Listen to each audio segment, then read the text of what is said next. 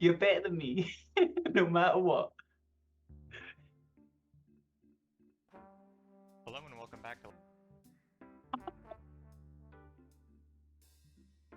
Mm.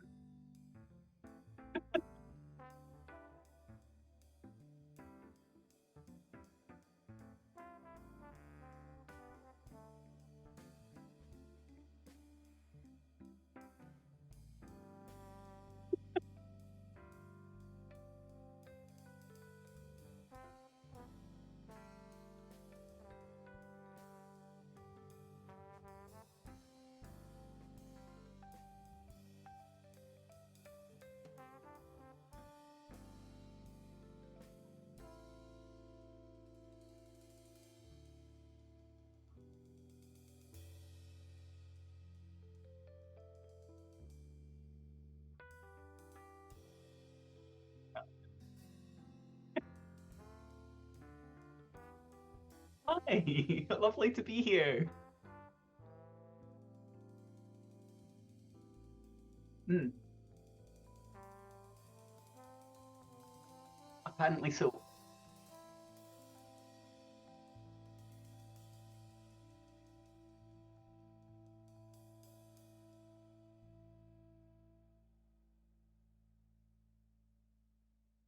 Yeah. Like, well, this is like we could take it in gradated steps, right? There's the as soon as I was playing games as a child, I was messing about with games. I distinctly remember uh like doing a sort of board game, war game, role play game thing with like plastic toy soldiers, the classic. Oh yeah, yeah, yeah, yeah, yeah, yeah. And I remember like the one that's crawling along could go underneath barbed wire. This one can do this, and they can move different ways and all sorts. Anyway, I've not played. I would have been, yeah, probably about eight, nine, something like that. Just playing about with these ideas. And then I went for uh, so there's that. And then I first hacked a role play game when I just started high school, so I would have been 12, 13. Um, and I hacked Advanced Fighting Fantasy from its fantasy roots to play a role play game set in Warhammer 40,000. You know, like where, and in fact, it was Games Workshop later would go on and copy what I did because it was an Inquisitor and their warband and the whole party. It's like I sketched out all the player characters and I think to be fair, they had already done it. I was just seeing it.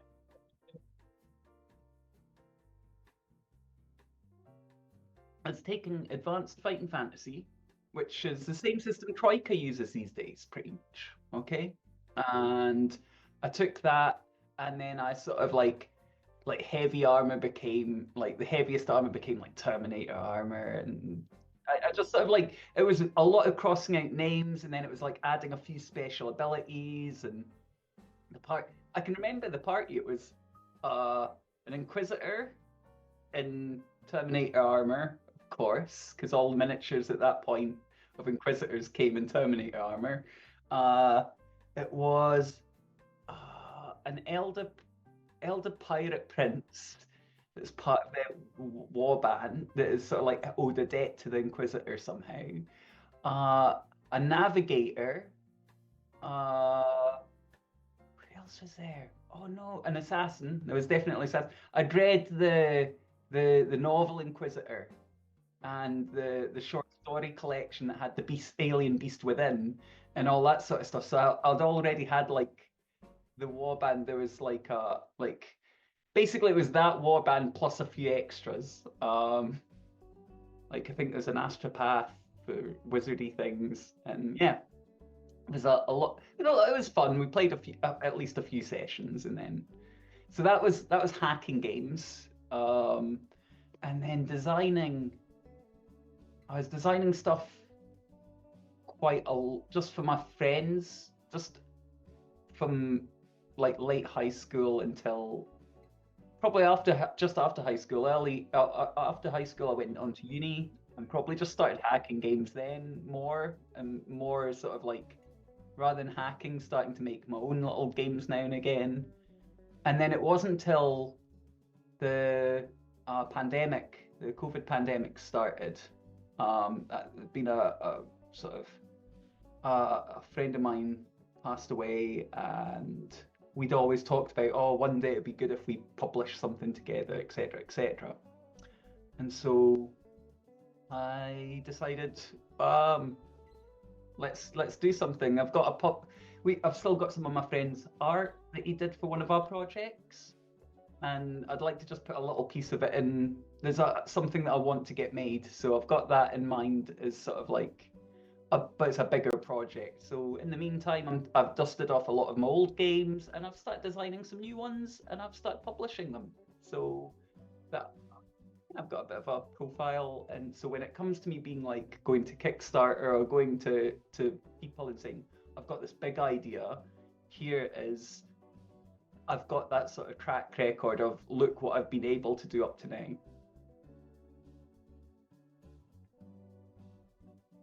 Yeah, yeah. Some of them. Mum Chums is brand new. Like it's came out of more recent experience. Yeah, yeah. So.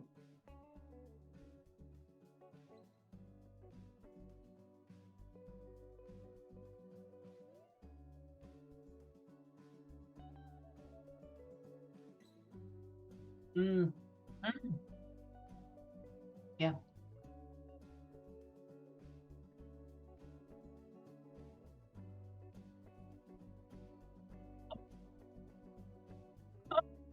Apparently, I can only be heard.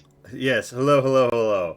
Oh my god. Well, listen, this is a talk about Tanya, all right? I'm just the little fairy in Tanya's ear. The camera and cinematography will actually manipulate to such whether or not I'm real or a figment of Tanya's imagination. Okay, Ooh. but nobody can hear what you're saying right now, can No, they? no, they can't. I fixed it before saying all that. All I right, was just like, thank you, this Lerv. is this is this is this is the voice inside my head. Ooh. But yeah, so I did some Warhammer Fantasy Roleplay second edition that I converted to from the bones of another game, which would be D100, which I love, but I've gotten away from. And yeah, I know what it's like to have that backlog of Google Mm, Drive games, and also to have like not a parallel experience precisely, but there is this feeling of getting to do something with someone who isn't here anymore, and yeah. how you navigate dedicating something to their memory, which is important to us as well. But not to dwell over long on me, you have a wonderful set of games, and we know them. We know them historically, and if you check, I have linked actually the itch for Mum Chums, Right. uh, and you can click on there to the Kickstarter as well. But I'll just drop that, and we are in the final 44 hours of that campaign, so just have that in mind as you give us a watch and a listen to what Tanya has to say. And I do love the idea of like going through the back because I go through the backlog and I also have new ideas. What caused Mum Chums to like jump out at you? Like when was the first moment you conceived of Mum Chums? Um. Okay. I'm a mum, Mm-hmm. and I'm the primary carer for my child, and so I've been doing a lot of the sort of like Mm-hmm. mum group things that you do, Yeah. and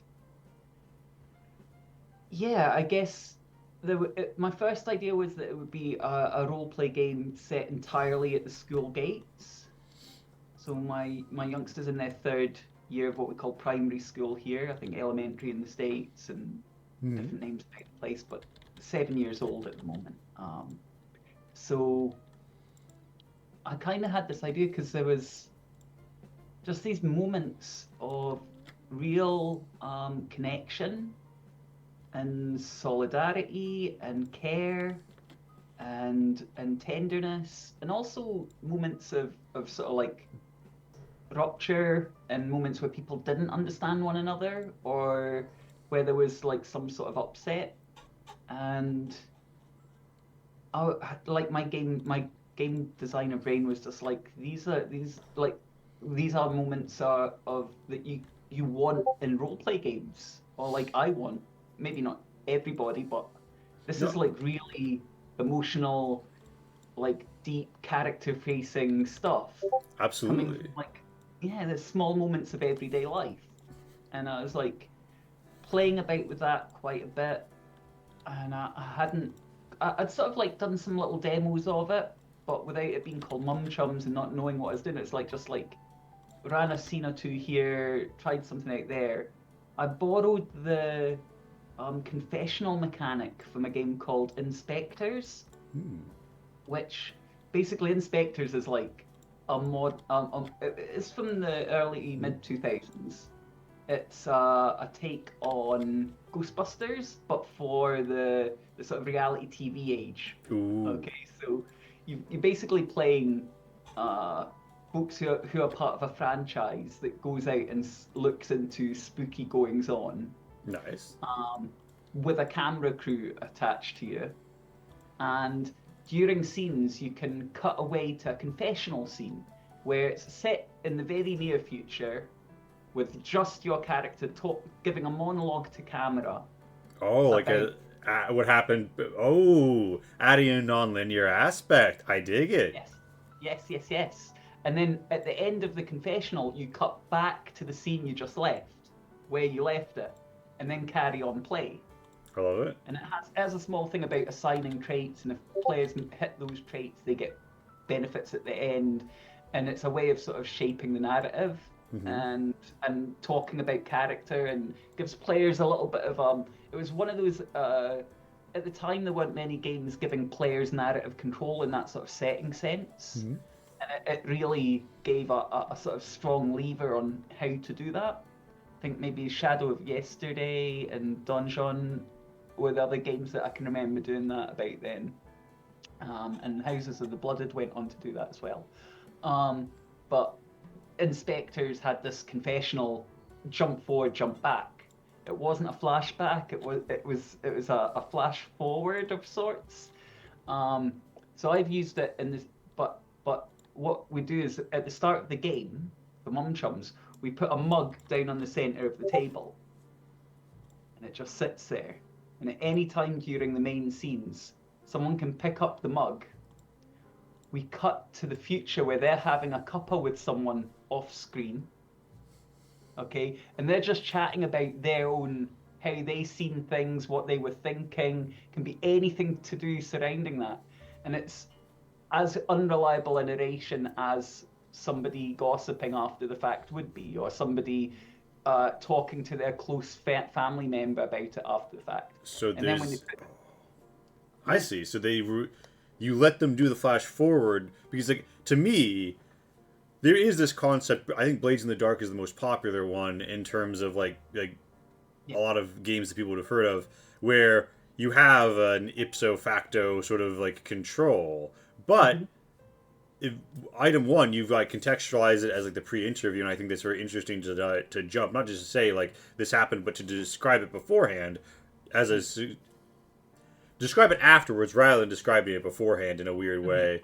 mm-hmm, mm-hmm. That kind of complements the game flow because you're drawing to the future rather than like litigating the past. But Yes. also, so in Mum Chumps, you've taken it and they're not even the reliable narrator, which I guess No. you aren't necessarily in the interview either. But it feels like it's even No. less. You're just Yeah. chatting. You could be Yeah. chatting shit. You could be totally full of it. Who knows? And what's really interesting, one of like the last time I got to play in person with Mum Chums was a Mm-hmm. couple of weeks ago, and it was beautiful, beautiful moment where there was these two characters. Mm-hmm. One of them had just been getting out of had a family death, and then was getting outside, but that had also led to them getting out of precarious housing. And so they were doing a house move into the area where one of the other characters lived, closer to them. Another character was dealing with serious illness. Um, and so it's quite heavy material for both characters at that point. The game doesn't have to be heavy all around, but characters are dealing with their own thing. And um, it was quite beautiful because one of the characters picked up the one that had illness, picked up the mug and was like, was giving this inner monologue of, oh, she must have thought I was awful and weak.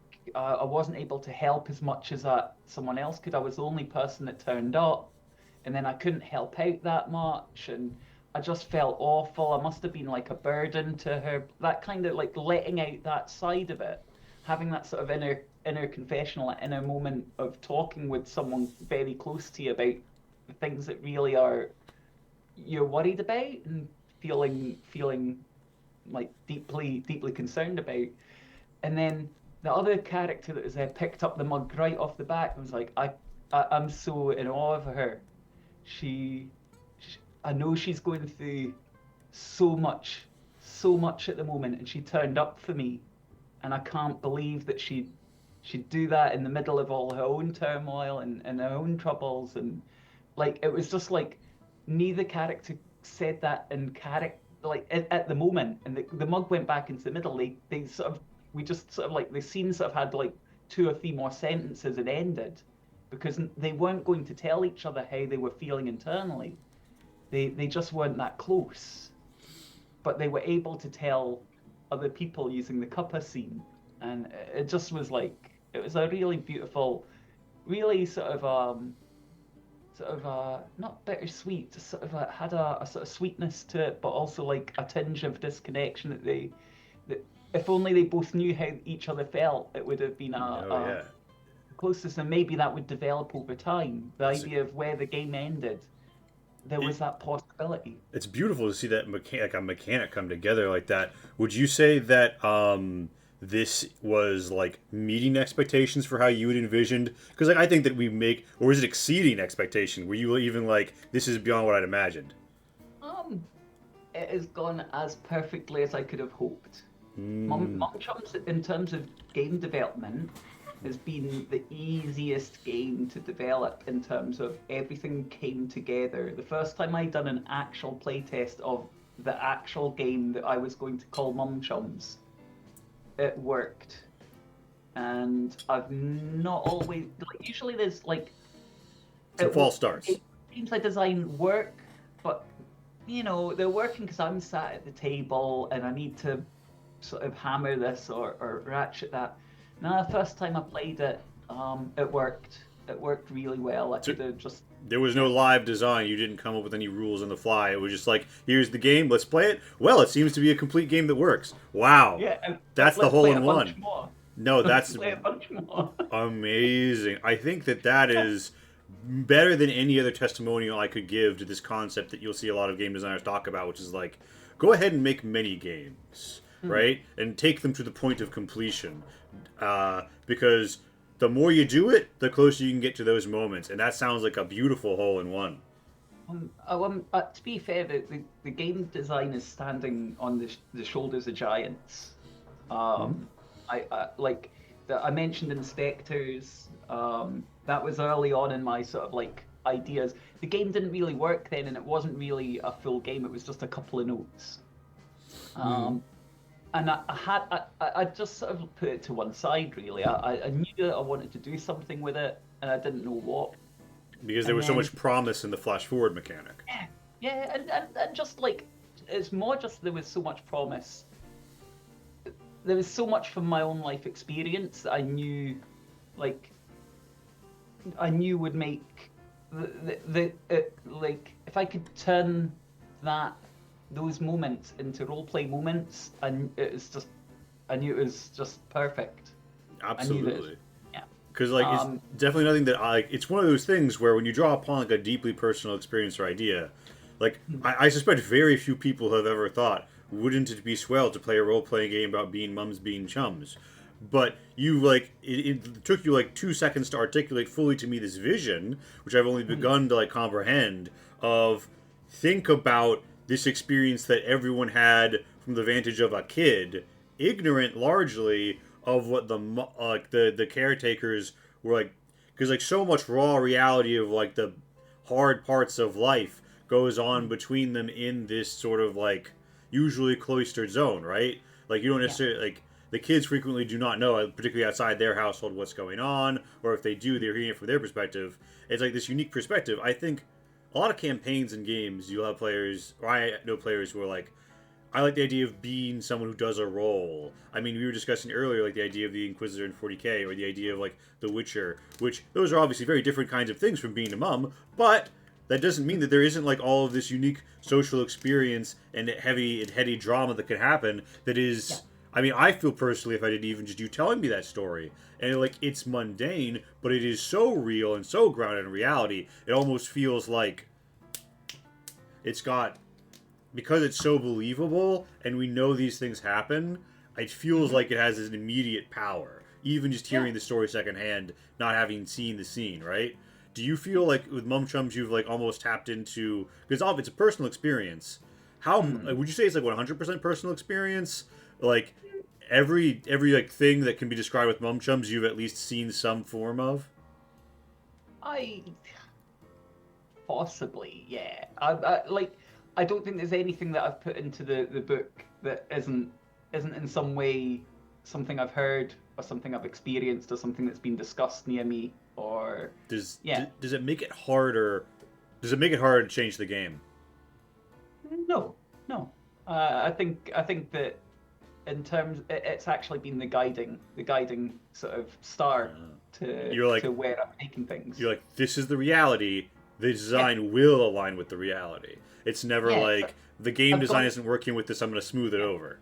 No, because I'm going in the sort of tradition of like kitchen sink dramas. Mm-hmm. So the sort of taking realism as my guiding hand, as it were, my guiding sort of like chart on it is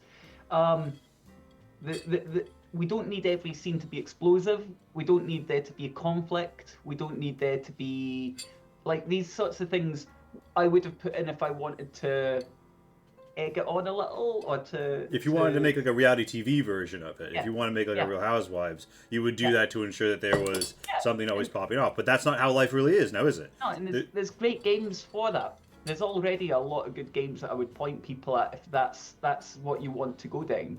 This is as much about the small moments.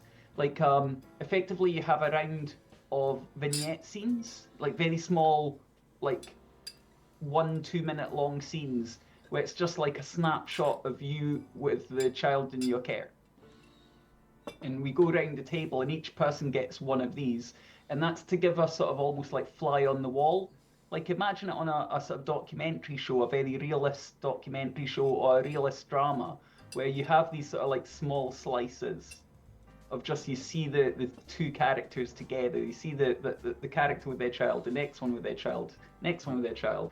And you get that small sort of sense, that small flavour of what it's like when they're alone together or out together, but it's just the two of them.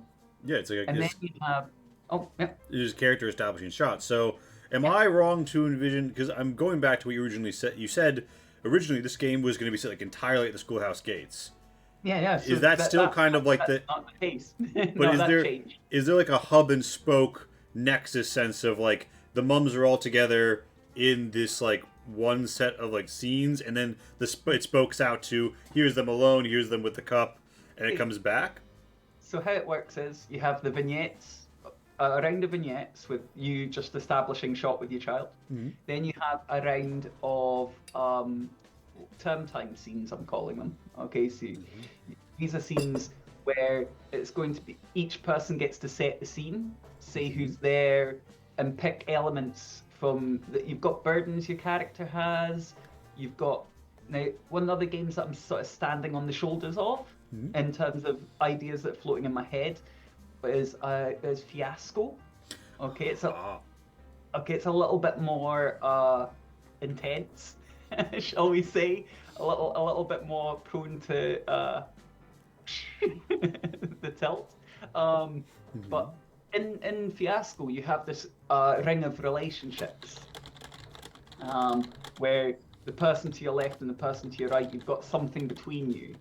And the person to their left and right, there's something between them, but there's nothing between you and the people on the other side of the table. Yeah, it's that chain of connective, like everyone has two relationships, but it's not a total relationship web. So I took that, And so you have a relation. Basically, each person defines the relationship with the person to their left. So I could turn to you and say, okay, my character, I'm playing a mom, and my relationship to you is, how about I've been looking for part-time work, so I've been doing some dog walking, and you mentioned you've got a family pet. Maybe I've done some dog walking for you when you've needed like assistance with that, and that's how we met. Okay, and then now our kids are going to start the same school together as well, but we already recognize each other and know one another. And then you might turn to the next person and say, "Oh, we've been best friends since like we were at kindergarten, sort of thing. Since nursery. We're really good and tight, and we've known each other." And then this goes all the way around, so you end up with the relationship to your adult relationship to your left and right. Now, the thing I did to sort of throw a sort of like make this a lot more messy is you also have the child in your care who's starting school, and your child has two relationships going out, just like you have two relationships with the other kids. With the other kids, and it's randomly selected from the other kids. So they can meet, and you don't. One of these relationships will be a sort of nourishing relationship, something that you're thinking is, from your perspective, seems like it's nourishing your child, and one is one that's causing them difficulty or has some sort of friction to it. Okay, and you can have children that have got nourishing connections going both ways. One's nourishing and one's finding it difficult. Both have difficult connection to one another, and it zigzags across the table. So, yeah, you end up with sort of like, maybe you don't know, you know this parent and you know that parent, but your kid is saying they're best friends with this kid, and you don't really know their parent yet. So you maybe have to go say hello and get to know one another. And yeah, do you get on at all? And what does that mean for you all? For your kids' relation, there's so many good angles to this, and I feel like it's an under-pondered scenario to the average gamer, right? But it feels like I'm gonna get it. Like, I get it the moment you explain to me, like, yeah, like, this kid is like to your perspective, a negative influence on your kid, and that is their mom, but like, you're all chill in a circle. It's like, what do you do? And what if you want your kid to be best friends with your bestie's kid, but the two of them hate one another? Yeah, because like there's so many. This is so tangential, but like, I was once aware of pretty much like, there was like a pair of family friends, right? Mm-hmm. And like, the kids were dating, and the girl broke it off with the guy, and the girl's mom was like, "You can't imperil our family gatherings with the other family by creating strife with their boy." It's like, but you don't think of those dynamics until they happen. Yeah, a mom. That's my mom chum. I want to shove it up with my mom. You can't do that. It's like, oh my god. Yeah, this is a great because like, there's so many dynamics behind it. I wouldn't have thought of this as such a fertile field. I think that's part of the advantage, that you're drawing in your personal relationships and experiences. As a game designer, you can bring so much of yourself to it, because, ironically, I never would have thought of this, and I wouldn't even know where to begin designing it. But every time you highlight a mechanic, I'm like, oh my god. Yeah, of course the kids have nothing to do with like the parents, you know what I mean? Like, they met and they like each other for whatever reason. And there's all sorts of contexts and like implications behind, like, how these other people. And I love that.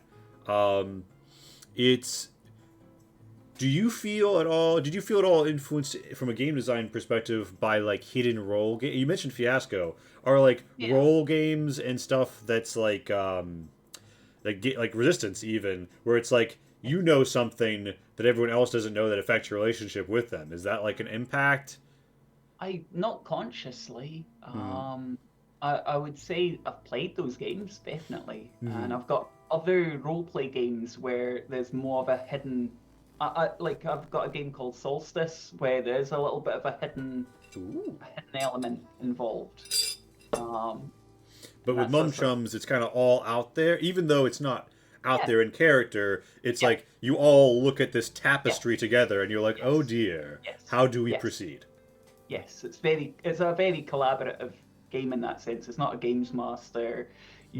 You're basically sat very much in the circle, and you can see each other's character elements, and you're sitting there thinking, when it comes to your turn to frame a scene, what do you want to focus on? What do you want to set up? Like you have framing power, so like in the that last game that I mentioned before that I played, at one point I was like, actually, I want to bring in this other person's, almost like it was a scene for them, but it was Mm. actually about me. They thought it was about them. She thought this. Thanks for I got this sort of thank you for bringing in my thing, and it's like, no, this is my character's seen their character as a framed it that I see you sat on a bench, and no one else has noticed, but you look really close to tears. You're holding it together just.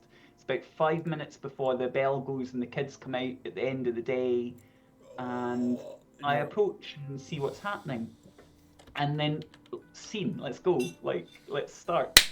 that's Yeah, yeah. awesome. So this And feels. so Sorry. yeah, no, go, go, go. So this feels to me like it's brilliant. And it because one of the questions I think a lot of people have is like, how do you? Like, there are these two ponderances to me of solo play and GMless play, and Mm. there's like different philosophies of approaching both of them and how you drive the engine without the proverbial GM or ref role. This seems like a really brilliant way to do it. I do have the question of, do you have any improv experience or draw upon improv experience, or like, because like, does the game offer any guidance for scene Yeah, construction, or yes. like how do you dive in? Because that feels like an awesome scene, but I get the sense that Mm-hmm. like you, Tanya Floaker, are probably really confident in diving in and setting up a Mm. scene and going.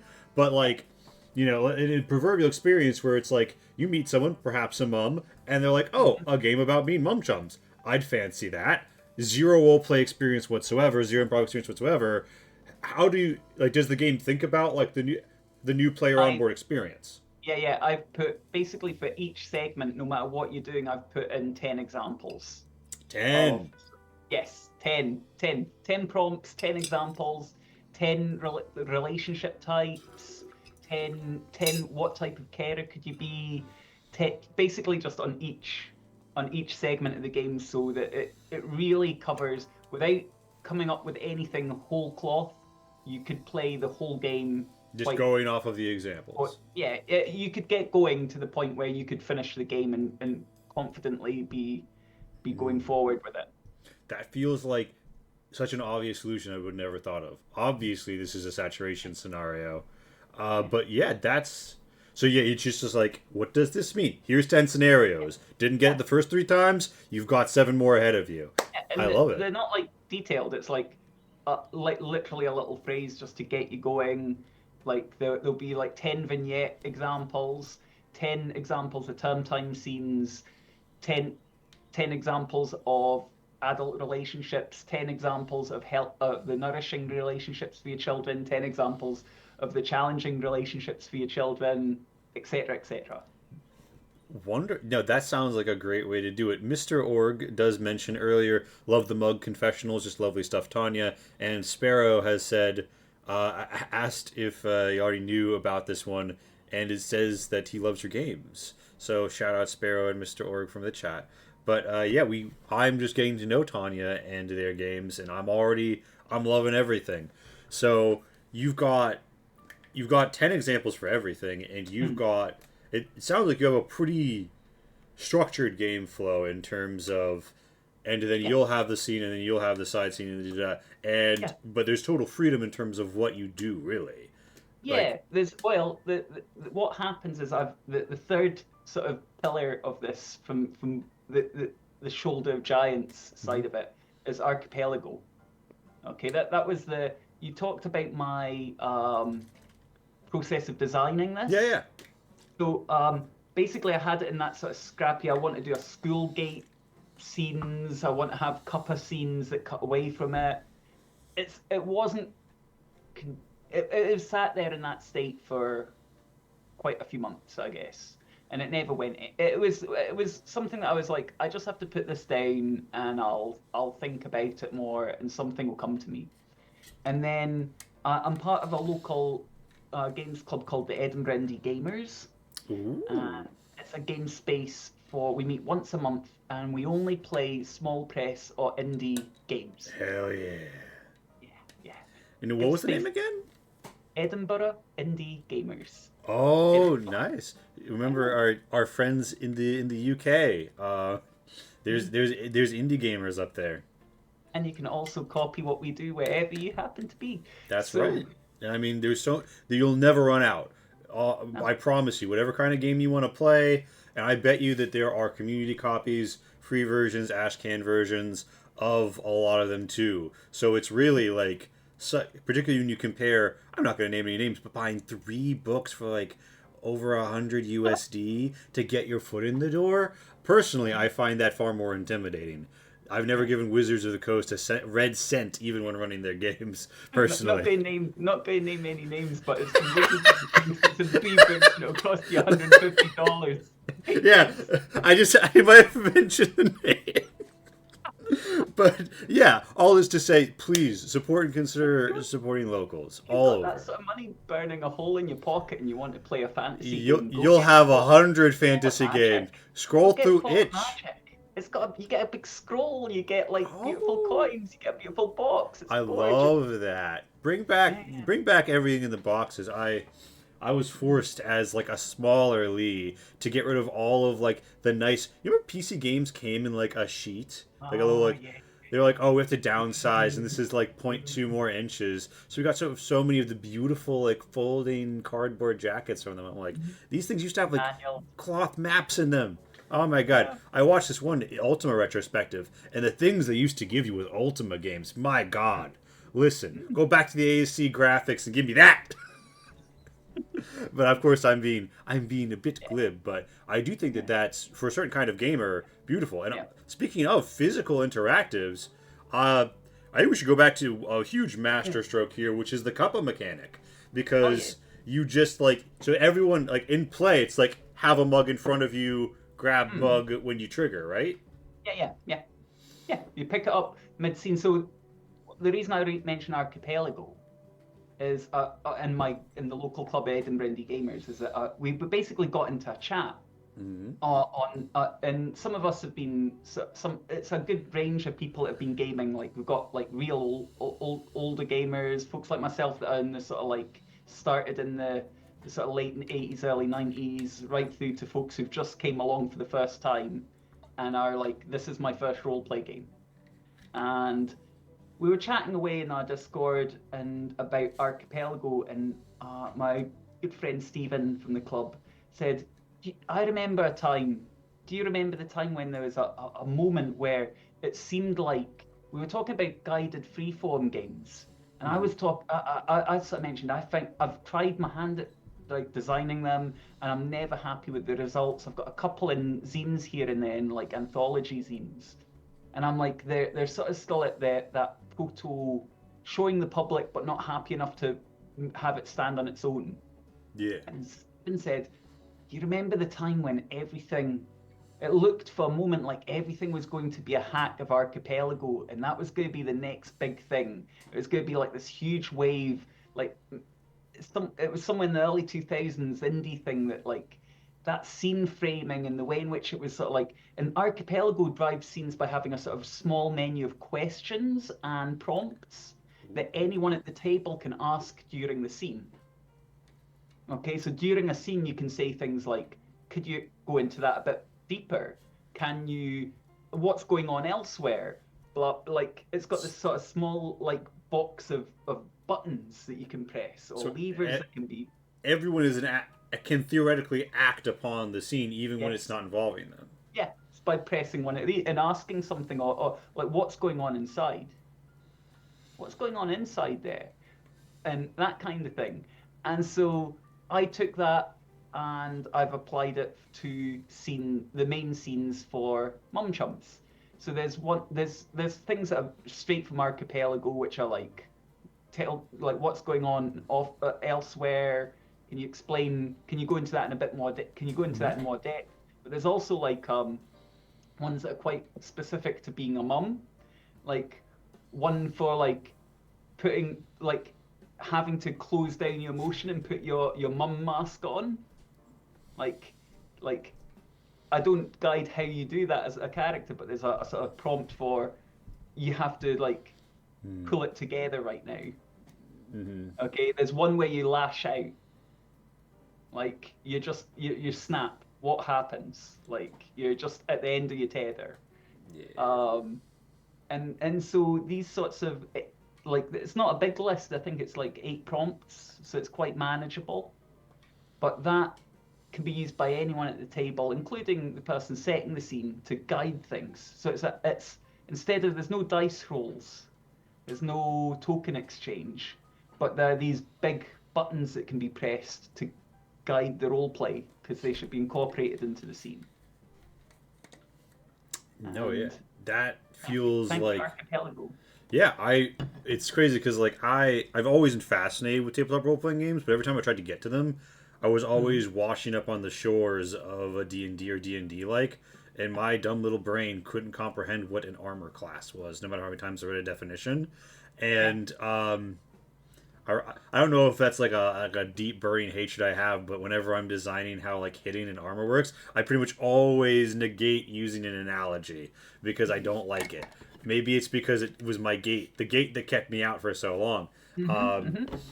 but surely I had some reason to go on this tangent. No, all this to say, I'm actually totally ignorant of Archipelago. This is my first time hearing about it. So clearly, Ah, there's so much indie game history and lore. Because I definitely, obviously, everyone and their mother knows about, everyone and their mom knows about Powered by the Apocalypse and hacking Powered by the Apocalypse. So it's interesting to think that another game like was once considered close to filling that space.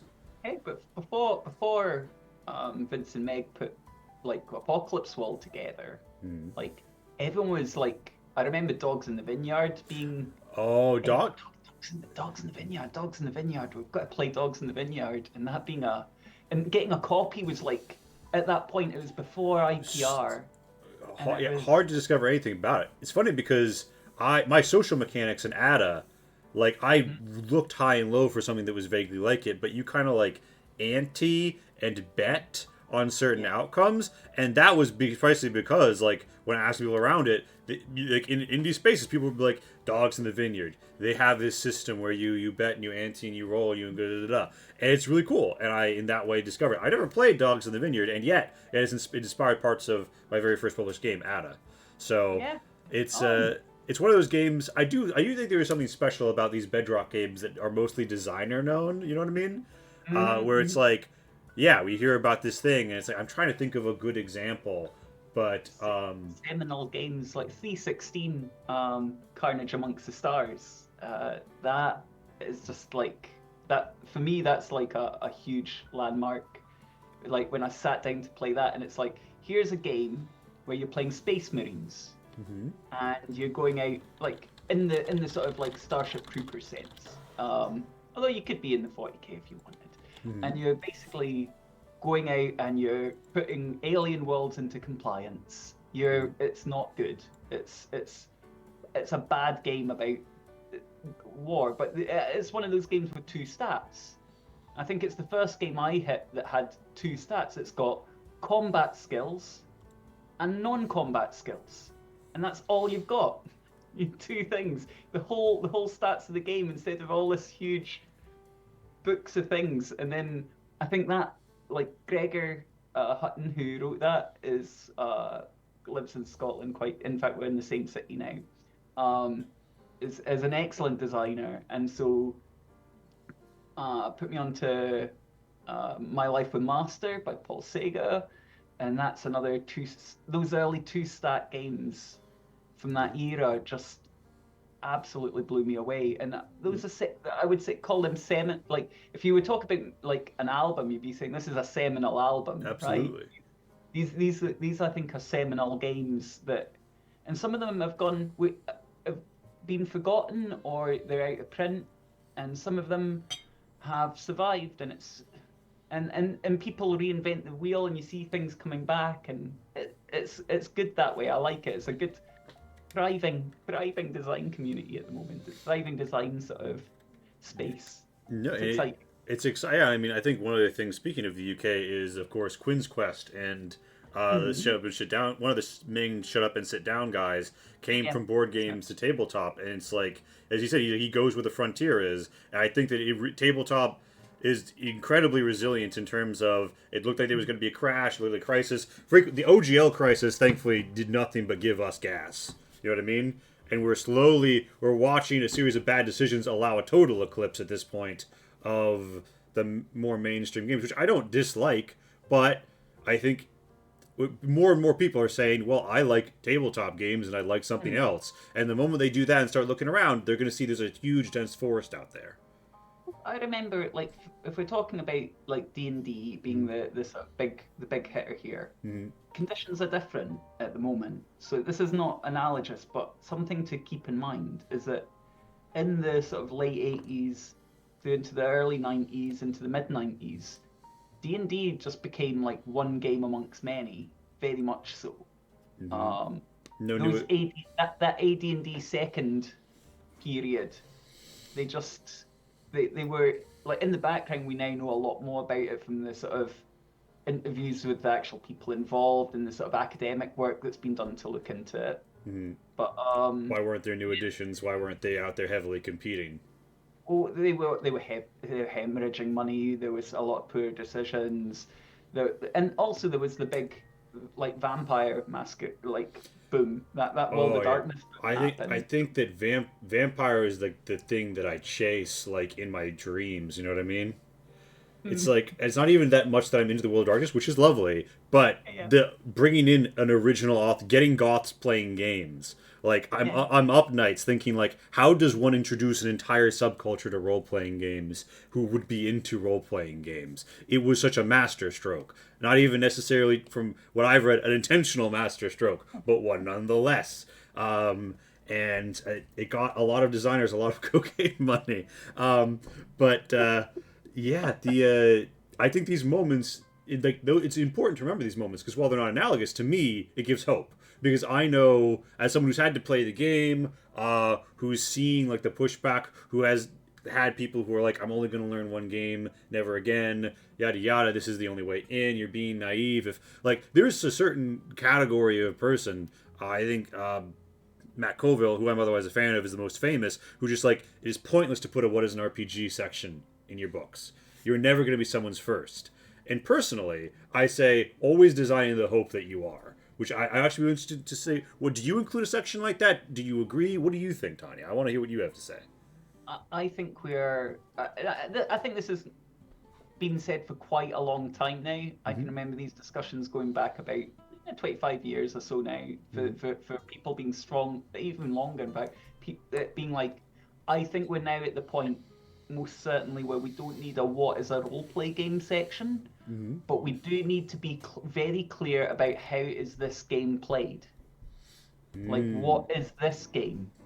Because that's what other mature game like like you don't turn on a video game and get a tutorial about what True. the history of video games are.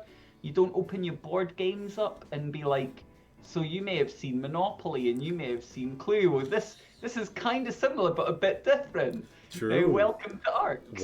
yeah, it's like what is a Like, board? Yeah, but you still explain like this is Mum Chumps. It's a yeah, game. You know what a game yeah. is. Here's how you play it. Yeah, you basically just say this like this is what's required for play. Here's what like you be as clear as you can. You sort of make sure you can play that game. Like that I don't want to go the other direction where you like I pick up this book and it says, well you all know what a role play game is, so your Have at GM it. should yeah. And so I think you just need you might do that if you know the audience are definitely going to be that's what supplements are, right? They're like you've already played Vampire the Masquerade, here buy a splat book. Yeah. Like Like if you stumble upon someone's like darling OSR about 17th century naval warfare integration into campaigns, yeah, like you're swimming in the deep end and you don't know how you do not have the floaties on. So that's just going to be how it is. But yeah, so in like a central game, you want a little, in my opinion. also as a kid, I did pick up like supplement books without the main rule book. How Like I was it? definitely had that. That was amazing. You just liked Because like you've got to reading kind it? of yeah, you read it and you kind of have to imagine what the game's like. I'm pretty sure I'd read a supplement to Teenage Mutant Ninja Turtles and Other Strangeness before I got my mitts on the main rule book. Oh my And that gosh. game, and that's the Palladium system. It's a train wreck. Oh yeah, I'm no, telling like the Rift's core like system. That's oh, that's so funny because I know that Rift was like maybe huge on maybe splats.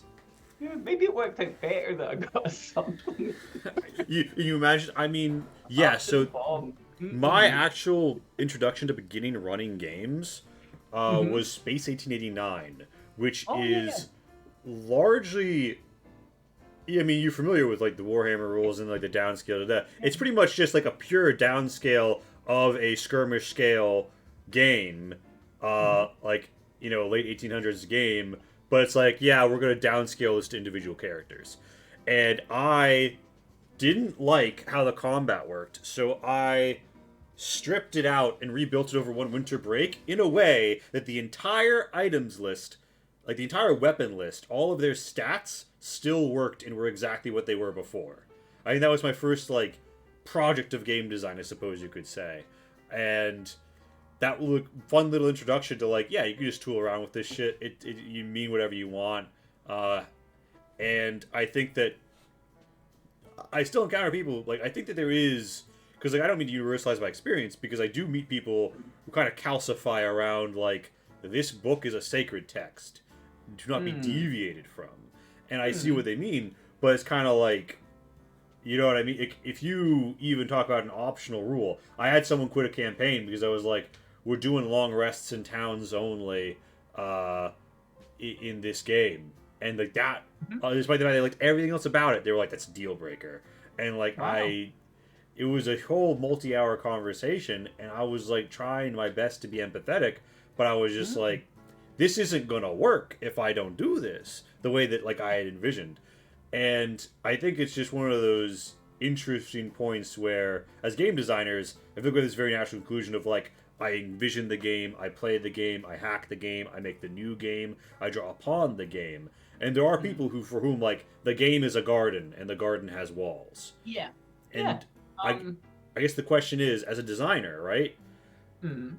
When you write games, are you thinking about someone who is going to take your game as a sacred text? Are you thinking about someone who is going to take the game as like a platform to boost from? Or are you just thinking, I am Tanya, I am writing the game, whatever happens in someone else's hands happens? All of the above. I'll explain what I mean. So I try and write a game Mm-hmm. that when I hand it to you, like I just said, it doesn't have the whole what is a role play Also, game, but bye Morgan. oh, Morgan is saying goodbye. bye Morgan.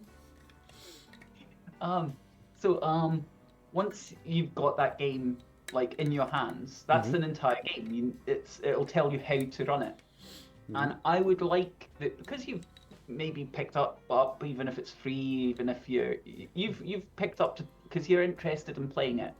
I would like, I would hope that you put the faith in me as a designer to try it out as best you can in the spirit it's written.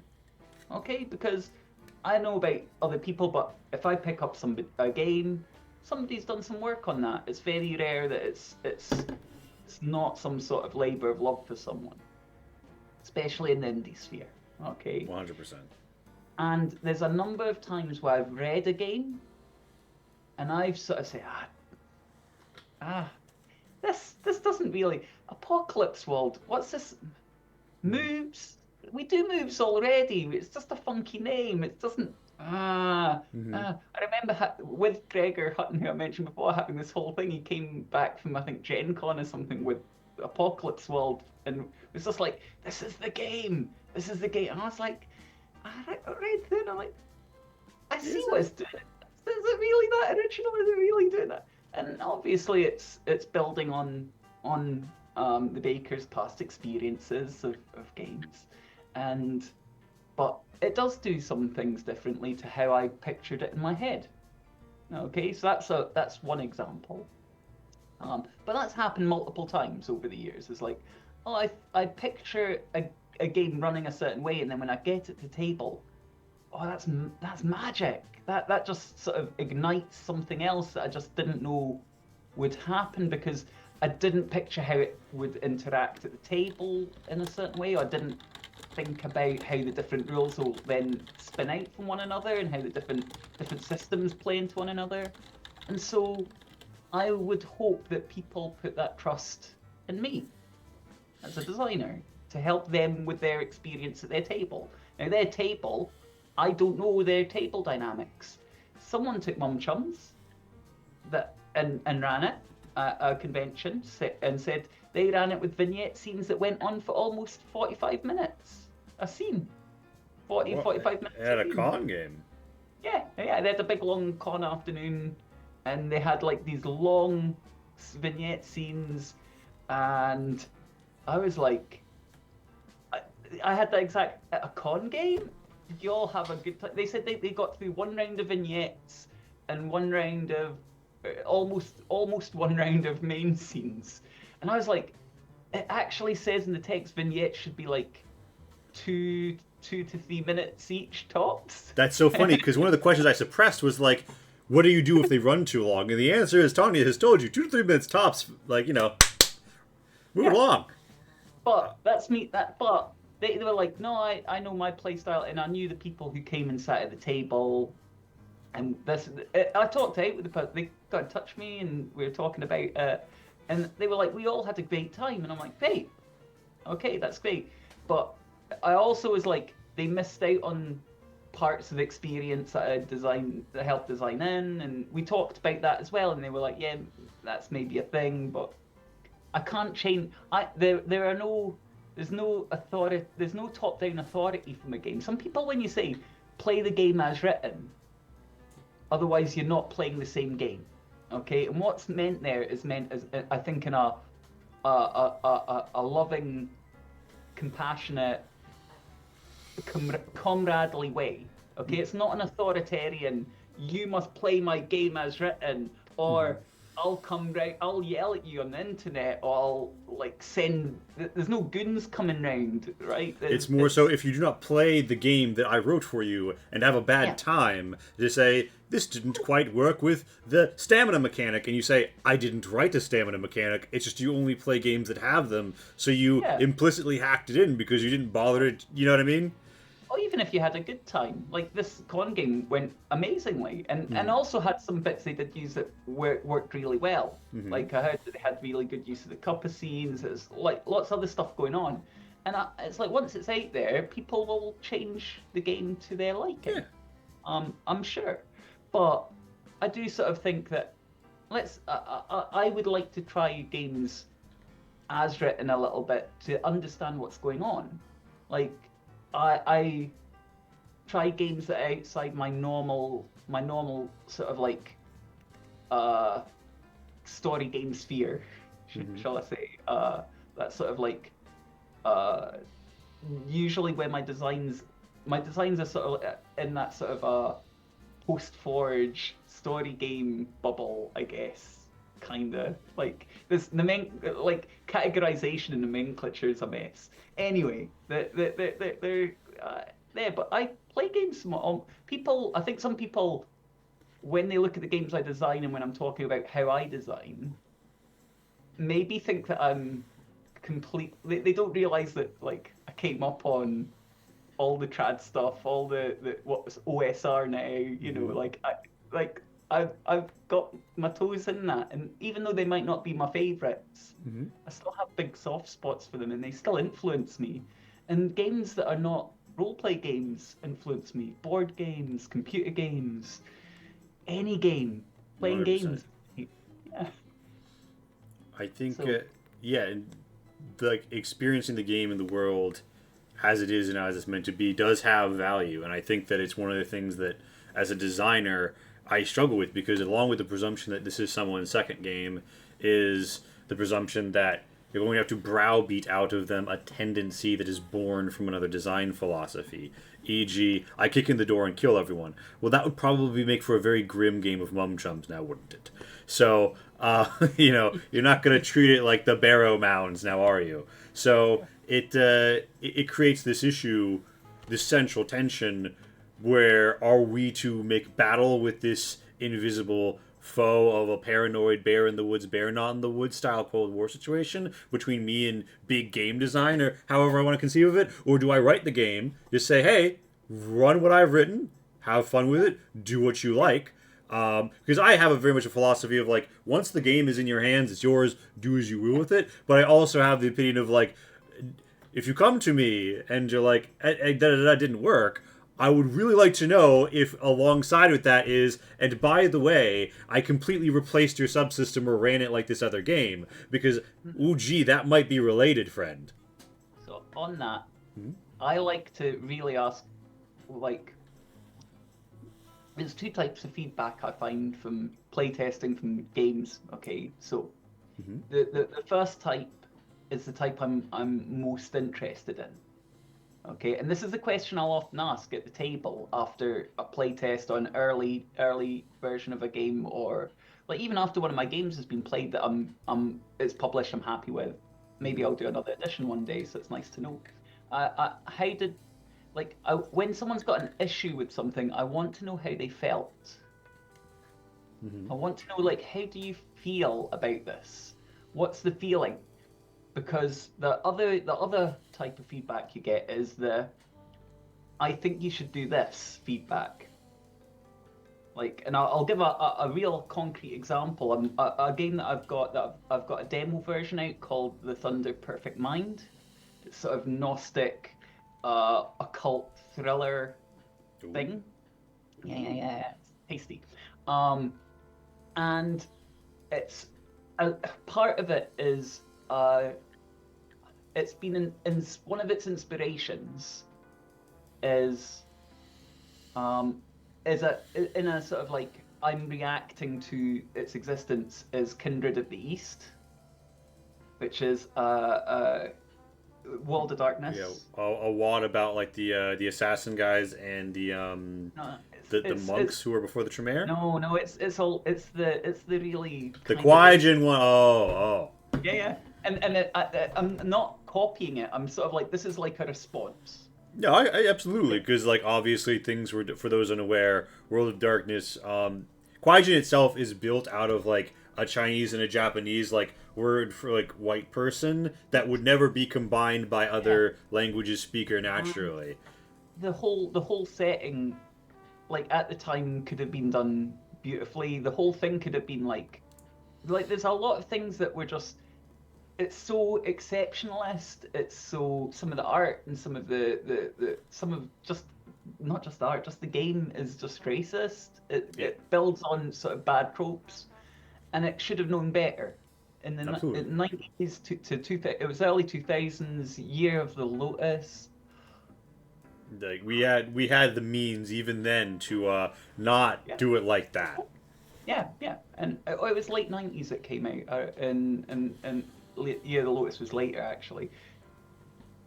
Memory's fuzzy. Anyway, it's like I could. It had so much small nuggets of potential buried in there, and I wanted to show how it could be done in a good way and how I would do it. Yeah, no, absolutely. I think one of the best things that can come out of that is a positive and tasteful reaction that builds off of the lost promise of a otherwise not great thing. Yeah. So I was playtesting it. I wrote it in a month for Naga Demon. Naga Demon is in every November. It's if you know about NaNoWriMo, about trying to do National Novel Writing Month, where you try and write a novel over the whole of November. There's a games equivalent, international games design month, Naga Demon, and so I put it together for that. Was playtesting it with some of the other Naga Demon participants, and one of them sort of said, so I used D10s And one of them was like, "Oh, this is so." It was really deep, and it's sort of like it's connecting. Like basically, you're somebody who's died, but you were tethered to life, and you're sort of an undead revenant now. You know, very Hmm. World of Darknessy in its sort of like Yeah. scope, and very Crow, very the prophecy, that kind of that's a time period. All the Yeah. same things that influence that World of Darkness, Malou, but looking at them with a critical eye. Hmm. Uh, and then it's like, oh, it's really sort of deep, and oh, I felt like it was really moody. And then what happened is we gathered up for a dice roll, and I ended up just gathering. It ended up with a big handful of D10, like this huge pool, and it felt like everything was gonzo, and it was all going off the rails by rolling this, like this big handful of D10. It just felt like out of control. Hmm. And so what I think you should do is you should reduce down your numbers on things and then roll as small a down, keep the same. Unbeknown to the person playing, what I was hoping would happen is that you would have a feeling of it all Being going out of overwhelmed. control. It going like, whoa, this is going a bit gonzo. This is and they described the feeling for the rest of the game and how it echoed into it. And they had a great time. They were not critical. They were just like, and I was like, I was able to really use that feeling part to hone in. Whereas the part on this is what to do, I listened to it and I Hmm. thought about it and I chewed it over a little, but it was less important to me. Absolutely. There's a lot of don't do what the playtester is suggesting, but absolutely listen to everything that they have to say about how it made them Mhm, feel and what they experienced. mhm, mhm. It's 5:30 here. I was going to re-break and then get right back at it. I was going to leave Yeah, our mics on in case we want to talk to chat, but I'm putting the cameras I down. can't see chat here, I don't think Oh so. no, I will regale you with chat once I'm back. One Ah, okay. moment. Brilliant. Okay. Have a wee biscuit.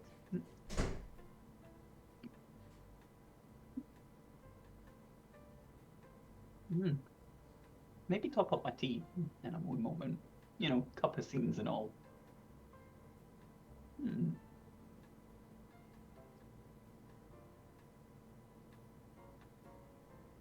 Ah.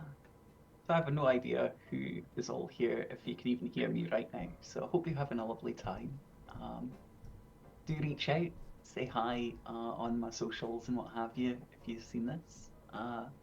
Promise try and be friendly. If you don't already connect with me there, please do. Uh, yeah, and I hope if you've got any questions about anything, Mum Chums, other games, life, the universe, everything, um, bring them in. I'm looking forward to it.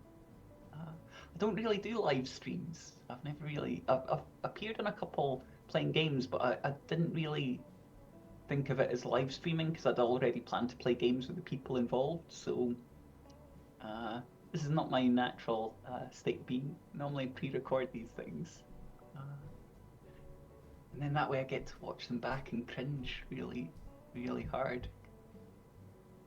Uh, that's what you do when you hear your own voice sometimes. Well, you know, I wish I could hear more of you have a bit more back and forth. Uh, it's the nature of the format. Hmm. Hmm. I'm gonna get that cup of tea. I'll be 30 seconds, so maybe a minute. Just let the kettle boil.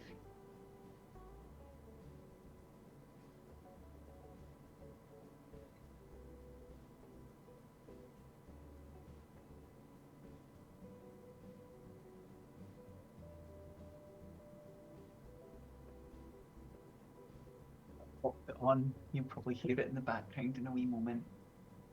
Uh, yeah. Oh, there's Fiasco there. Shout out to some of the bigger games that don't fit elsewhere on shelves.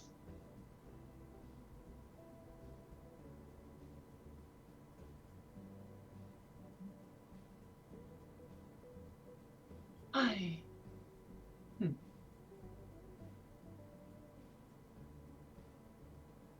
Hear the kettle boiled. Okay, I'm going to do that. Hop out again. Back in the tick.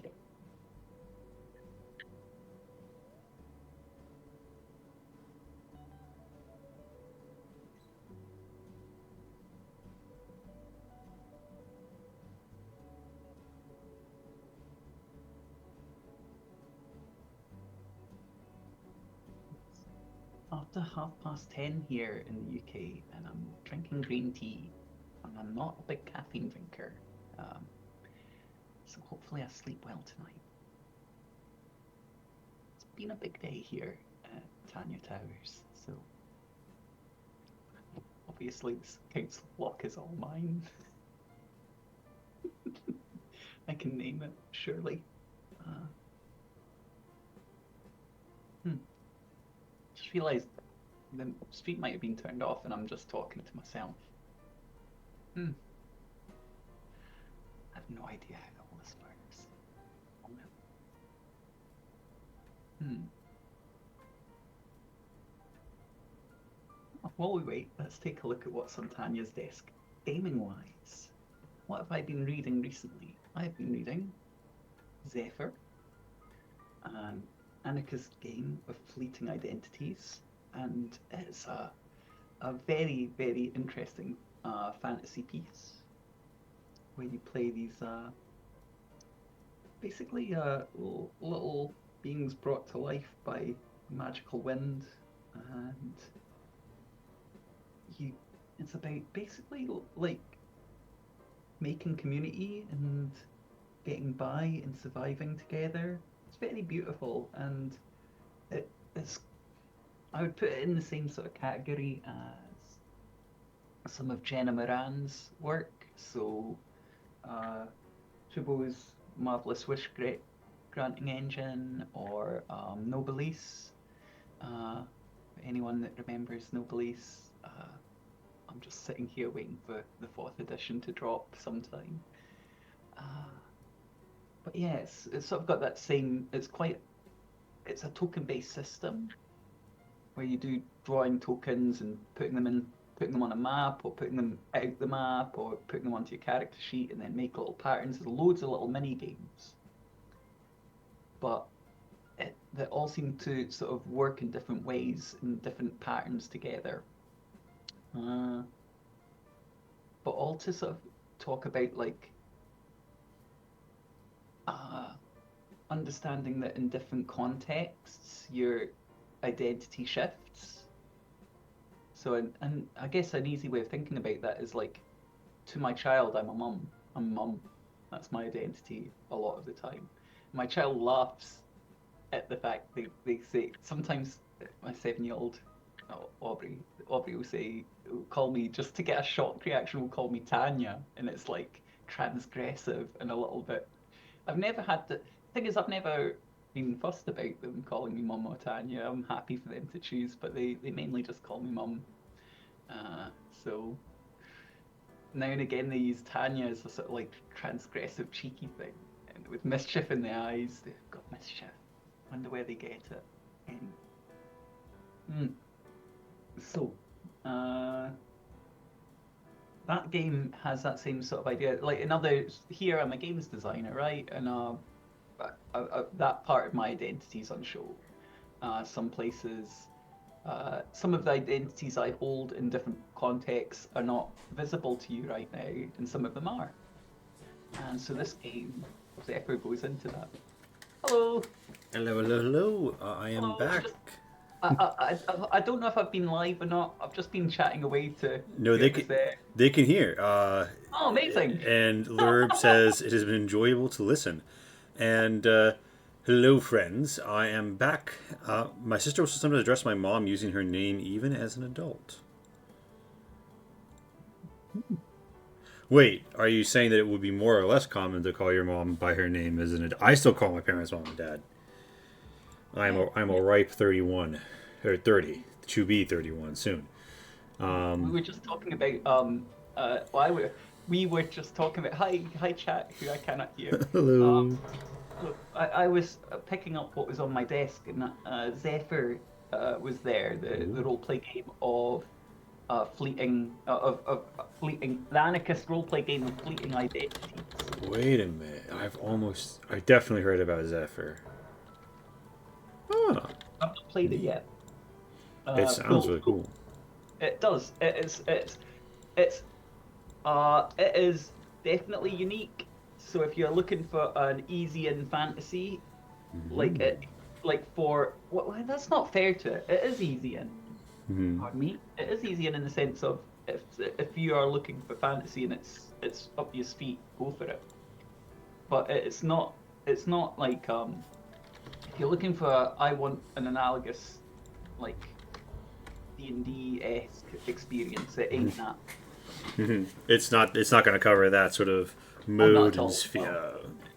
It's its own game. It's very much so. Which I love. I absolutely. I'm working on a game called Rain of Fire right now as my Actually, hold on. Let's bring this because Sparrow, listening to you, actually had something to say that I think is really cool. I barely held my. Okay, so there are playstyles I don't want to play. I like to know before I invest effort and destroy friendships. LOL. My regular play friends simply can't play a game without numeric rewards. I barely held my life for them together when they trampled a game about Celtic myth I'd been looking forward to for years. I think I remember you saying something about this game, Sparrow. Can't remember the name of it. And yeah, I've had that experience as well, which I guess, Tanya, the question is, because you've got like a play group that you play with, it sounds like they're very diverse in terms of background of play and interests. Yeah. I have a Sunday group I've been playing with since college with like two post-college editions for years now. Oh my god, almost a decade, I feel. And I recently came to the conclusion that, like, if I continue down the path of making Rain of Fire the game I want it to be, and the drawing time as a campaign module, the campaign module I want it to be, it's about being a post-natural disaster Bronze Age refugee group. It will simply not be something that my friends enjoy playing. I mean, I think that the definitive was like I always do feedback phase after playing, and my friend Max had shoved a bandit to her death in a tense high casualty fight, and I was like, did you like that? He was like, no, I didn't enjoy it at all. And I was like, all right, it's time to pack it in here, which wasn't a negative reflection on the game or the campaign, but simply these players are not down for this. Do you have a sense of like? Does it impact your development? Because to me, I wind up usually shelving games that that core group don't want to play. I like at the start of most of my games, I put some sort of either I use the sort of CATS, the sheet style, the sort of concept, aim, tone, subject matter. Like either I'll use it formally. Some of my games have got it like here are these 4 categories. Some of them do it in a Chums uses the 4 categories, but talks about it a bit more discursively to fit in with the tone of the book. I've got a game, Load I Dread Empire, which just talks about this being a friendly game and what that means. Yeah. And so I try and pitch at the start what the games are all about, and that's when at Edinburgh Indie Gamers we do these one-shot nights. So at the start of the night, people just pitch a game, and you stand up and you give a pitch, and it gives that kind of info. So people come that are interested in the pitch. So I try and design games for I definitely design games that I can play with pals, but I design games that I want to see because I've not got. There's not a game that covers what I'm wanting to be doing, or if there is a game that kind of covers it, it doesn't do what I want. So, yeah, but yeah, I wouldn't sit down with a group of people who weren't going to enjoy Chums and play it with them, or like if folks are wanting some escapism, Chums isn't that. It's kitchen. It's realism. At least that's the aim. It's a realist piece. If people are wanting like folk horror, I'd go to my folk horror game. People are wanting something else, and the tone of it changes as well, because someone might want folk horror and want it to be about possession and supernatural stuff and weird stuff. And again, my one says in the sort of concept and subject matter, this is about the real enemy is shame and societal pressure, and there's no supernatural elements ever. And so that's, if people aren't looking for that, then they should just play the games that you like the sound of, and I'm sure with your pals you could find common ground. Yeah, That's I'm terminally common grounding, unfortunately, because yeah, I have this core group and I'm always trying to like fit it inside. For one example, I have a game called Red Knight, which is inspired by the Persona series of video games, which, fun fact, I have never played any of. And in the course of it, like, it's the mundane world, and your Mhm. strongest emotion is the core of your soul based on Plutchik's Wheel of Emotions. Mhm. And you wind up playing soul Tetris with your soul as you consume and do deals with spirits. And Cool. Yeah. two of my like five players are just like hard out, not interested. Okay. Um, and so like they entertain me like for one go and they're just like never again. So Okay. like it's languished only like when I could put together groups for like streams or online. Uh, Mm. and part of that's because I don't have the like the up of it, but part of it's because my game design thing is I play a game I want to play with my friends, and then every Mhm. week we play it, and then I'm like, all right, this did poorly. Uh, Mechanically, I will update the mechanics.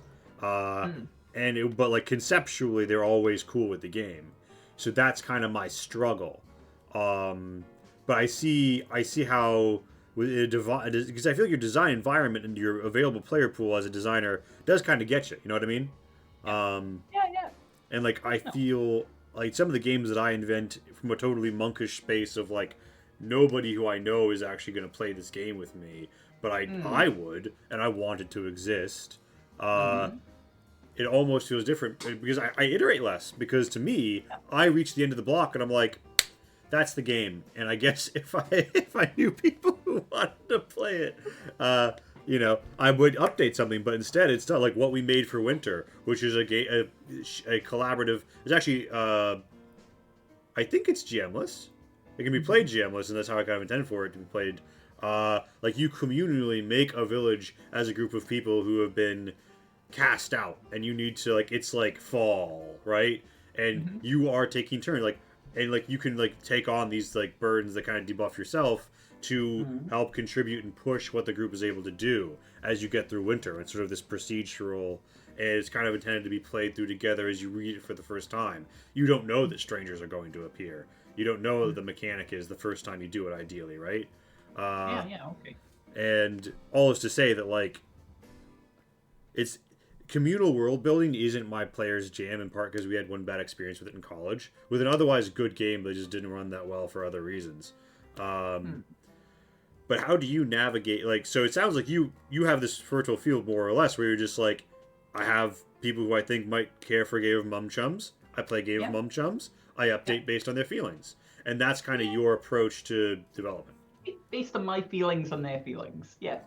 No, no, absolutely. There is this sort of Yeah. like you are kind Yeah. of teacher. You Yeah. you do kind of know best, for better or Well, worse. I've got an idea in mind. Um, Yeah. my I think before before the pandemic started, Mm-hmm. I played a couple of games over Skype with people, and Mm-hmm. I'd had okay experiences, but I didn't. It wasn't my favorite. Mm-hmm. Um, but I kind of feel like what has happened since is I'm now definitely gaming online more. I think it's just a skill thing. Is how you move the spotlight, how you can interact is changed.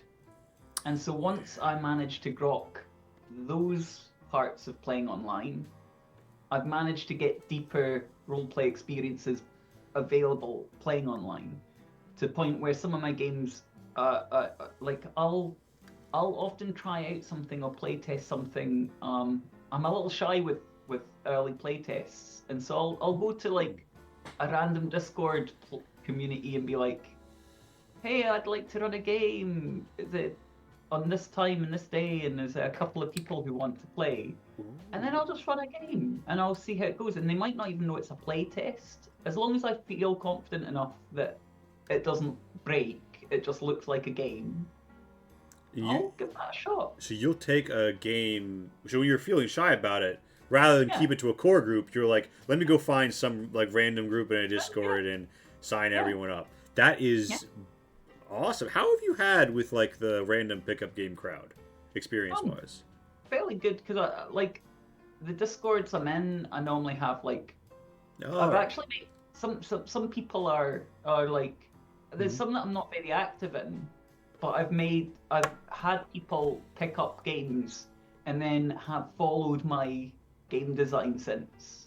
That's wonderful. I Yeah, Yeah, I've had people who I made as friends through them, and I've had not so great experiences. But it's good when you have like a good ground to know like people, players in this pool are good people, and yeah, they're now you're chums. And maybe when they play your next game, they can be mum chums. yeah. That's it. Hey, available on Kickstarter now. That's right. No, yeah, for sure. Definitely check out if you're interested in Tanya. I mean, I link in the pinned Tanya's itch. Mum Chums, which also you can go the $0 one that's up there right now. Yes. You can go for Yeah. the Kickstarter and Mm-hmm. check out. I mean, follow. I'll do it as well. Follow Tanya on itch because I mean, hey, it sounds like you got a lot of cool games and Yeah. there's all this going on. And yeah, I mean, if it sounds like Sparrow and some others would be interested in Mm-hmm. those servers because I know as an actual player, we tend to meet people who are like looking for an online game, so we can absolutely kick them that way. I think my 2025 plan is to try and play test more. I've got a little design server myself, a little design Ooh, Discord server, and I don't really advertise it. But I don't hide it either. I mention it now and again, I think and I that's used that, to test more in there, and I've done that less over the past few years, and I should just.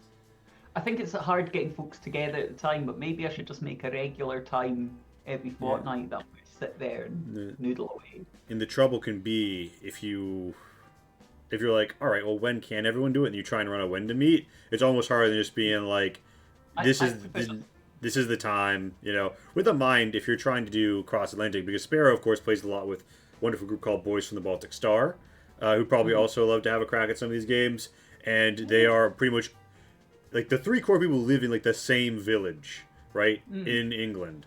So like their time is fairly universal, but when I want to do something with them, I'm mindful to not be like I mean, a lot of Diesel Shot games used to run to midnight EST. As you can imagine, that's a little whoa for them and for Garblog, who are also a lovely UK group. So yeah, as long as you pick a time where it's like theoretically people will be available, and if you know that there's really someone who's like, oh, I would definitely be there, but I can't do Wednesdays, I can do Thursdays, navigate. But I Mhm. definitely think making it a regular and just sort of letting people work it out as they can, as long as you haven't Yeah. picked something that's definitionally going to exclude a time zone, I think it can Yeah. work great. I know that Gubot Banwa did great with public playtests on their Discord. But with a Mm. design Discord in particular, I think it's good to keep it there, where it's like I mention it, and not should be going hard on advertising it. It's there, in part Mm. because one of the things I would warn people against, I think that it's smart that you do your playtest the way you do, is as a young designer trying to get anyone to know about or care about my game on the internet, I ran into a certain type of person you meet in a lot of design discords. There's nothing wrong with this, but they have very axiomatic feelings about what makes a good game.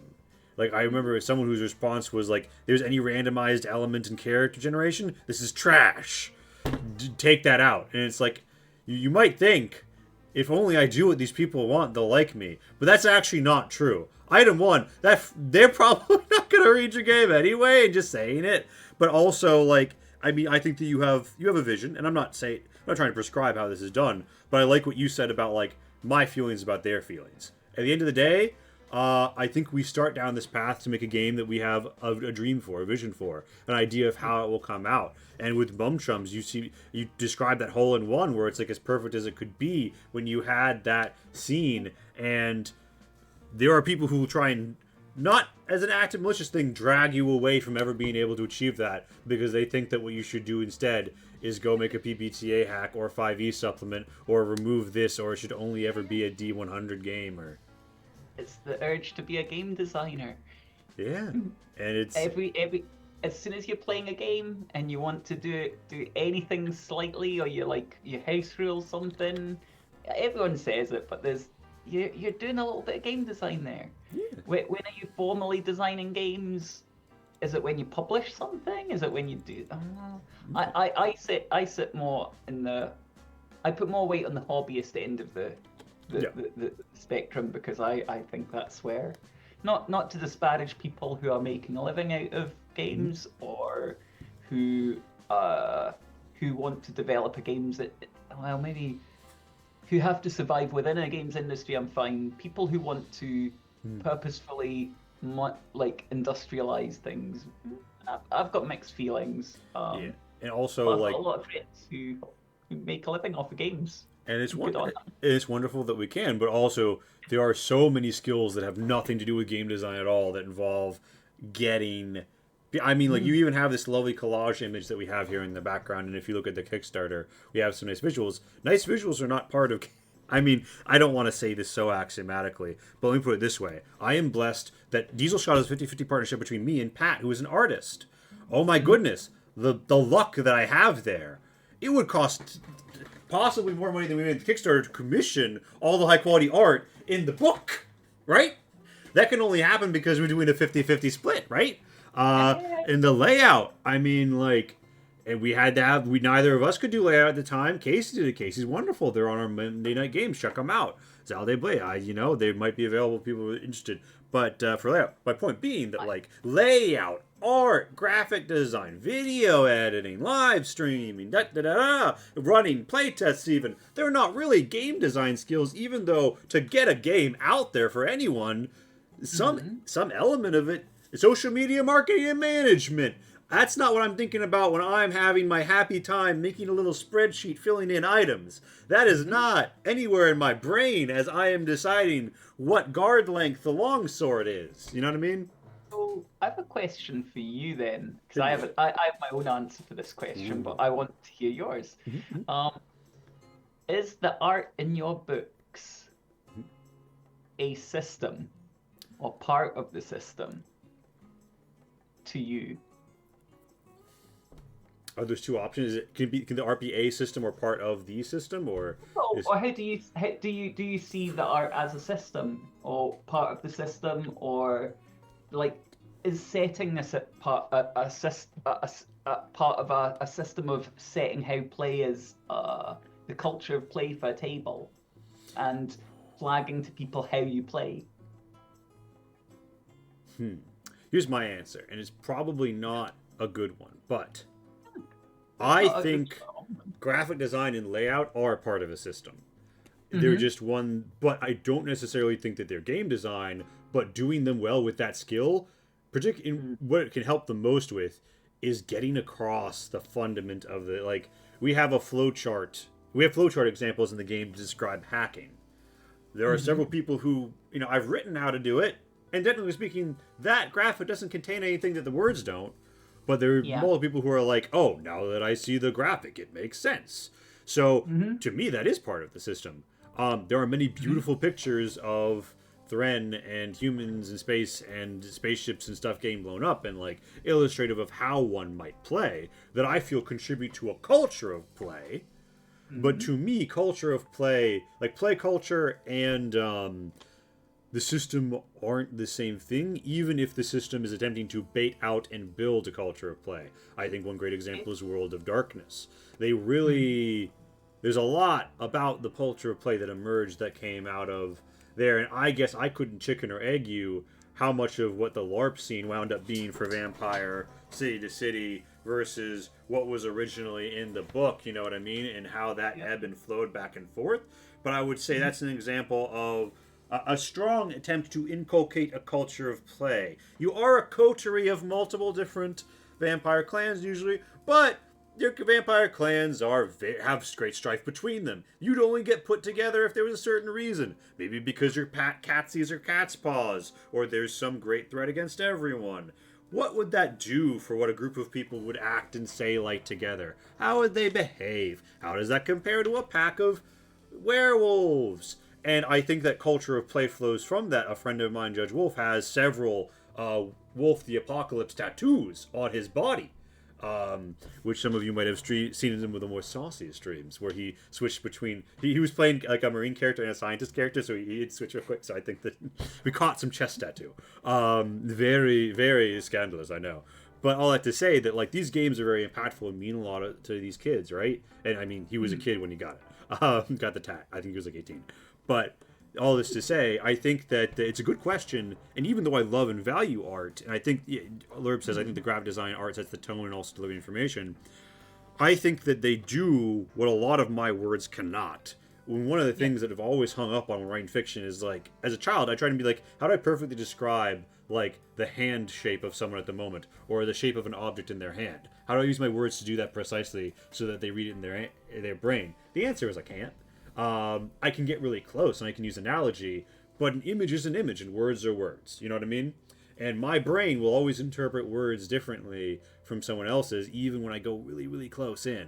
So I think that there's a beauty in art that I cannot achieve with words, but I think that I can achieve 100% of game design without words or graphic design. But I think that graphic design can be greatly aided, like your 10 examples. In theory, you could publish a version of Chums in which you strip out all 10 examples in every word, couldn't you? Yeah, but to me, that wouldn't be the same Chums. To me, that would be No. like Chums minus minus rather than Chums plus plus. Like, I love the examples. You'd still have the bones of the game, but I don't think you'd have as much of Tanya Floaker's voice, and I don't think that you would have a lot of the same launch pad that helps people get out and play. So to me, my answer is pretty definitive. I don't consider the art the system, but I do consider the art fundamental to really getting someone into a setting.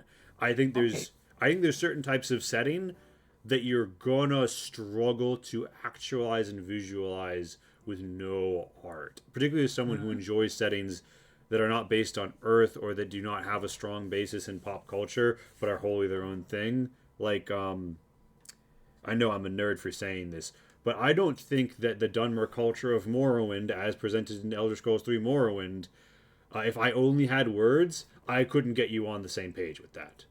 I need the visuals. I would need the concept art. I would need Kirkbride's drawings.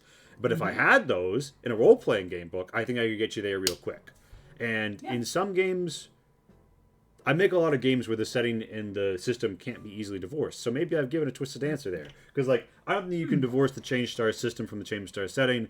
I have very deliberately done this. It isn't Traveler. It isn't inherently intended to display a generic, but it has a default for you.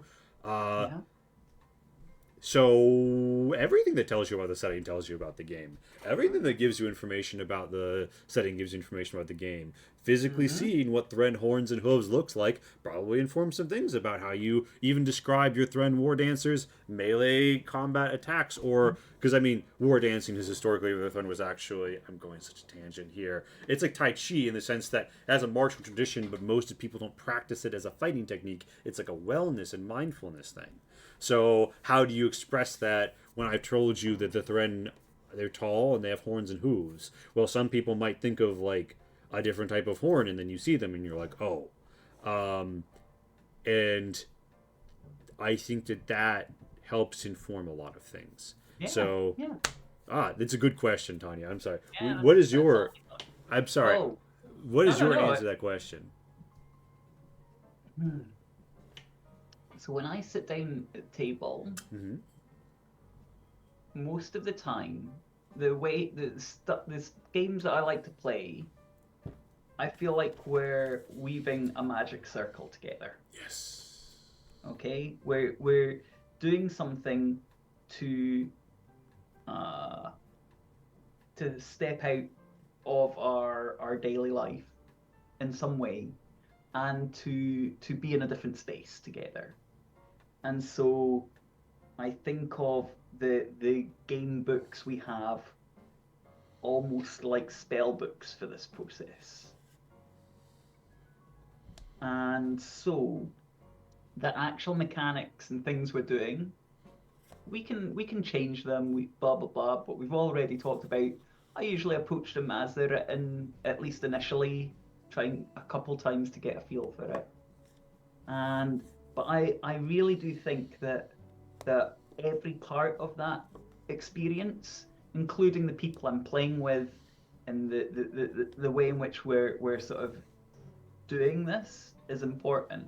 I don't think it can be discounted. And then, so as a games designer, and I think as any artist for any type of art, we're trying to create these ephemeral experiences. Okay, and sometimes that can be just a little bit of escapist adventure. It could be something. It could be just something that gives us sort of like a push your luck, like almost gambling style buzz. It could be something that's trying to tap into something else. Okay, with different games, you're going for different moods and different flavors, and it isn't just you can pick up a role play game and then magically that game makes it happen, but you weave it with the people around you. And so I do think the way in which you convey that, not just in mechanic, like the mechanics of the game, but also in other systems of play. And some of those are very intangible. Like if I say that I've made an OSR game, Mhm. okay, that has its own. It's like a shibboleth, you know, one of those. It's got its own sort of like culture and meaning around it. Yeah. People have expectation, and there's people, and it's not homogenous. Yeah. It's there's a sort of there's a center and there's marginal ideas to what that means. If I say this is a story game, Yeah. that can mean a lot of things to different people, and people coming from different angles see it in different ways. You know what struck me at a certain point when you were describing Chums? Mm-hmm. It was about the inadequacy of rhetoric to describe the vastness of game design because, on the one hand, I felt like the word that described Chums' design philosophy, which struck me as surprising, is that the game is simulationist in a certain sense. And of course, one would traditionally put a game like Chums on the far end of a spectrum from simulationism, but what I've heard is a simulation of a real world scenario using completely grounded in like reality and procedure and things that very much happen, and there are rules governing them. But that's, most people would not agree that this is a simulationist game. But to me, that's the word that jumped at me. Yeah. It's so interesting. I've never heard someone call it simulationist, but the minute you said it, I got it. So yeah. And there are a lot of people who would like juxtapose, like there's story games and then there's simulationist games, and I'm a simulationist game designer, and it's like, you know what I mean? I see. What do you mean? That's this hypothetical other person. Yeah. So I kind of feel like that's my answer is like I think about everything that's going into the parts that I can do to pass on to your gaming table as systems in a way. And some of them are very diffuse and you can't really engineer them. They're imprecise. Like the way I label a game, like if I label one of my games Powered by the Apocalypse, like what does that mean? What does that do about your expectation? Yeah. What will it do at your table? What will it do to draw you in? Who will it draw in and who will it put off? And what will it suggest about how it is to be run? Yeah. Because the moment that there's any like gap, not that PBTA leaves a lot of gaps, but like the moment something isn't covered by your game, a PBTA head is going to be like, well, I know how I did it in this other PBTA, now don't I? So I'm going to run it like that. Yeah. And so there's we're all it was recently, it's about the interconnectedness of us all. I know this is getting quite meta in a way, but it's also getting, we're part of society of it all, but we have connection to our games culture and into games and gaming, even if it's you're picking up a game for the first time and wondering what the heck is this, and having that great delving into the mysteries. So it's interesting how I position games will draw some people in, and it will have some people be like, I don't want to play this. Doing a game about being a mum, I really had to contend with that and think about that, because do I want to launch my game on Zine Quest and Zine Month?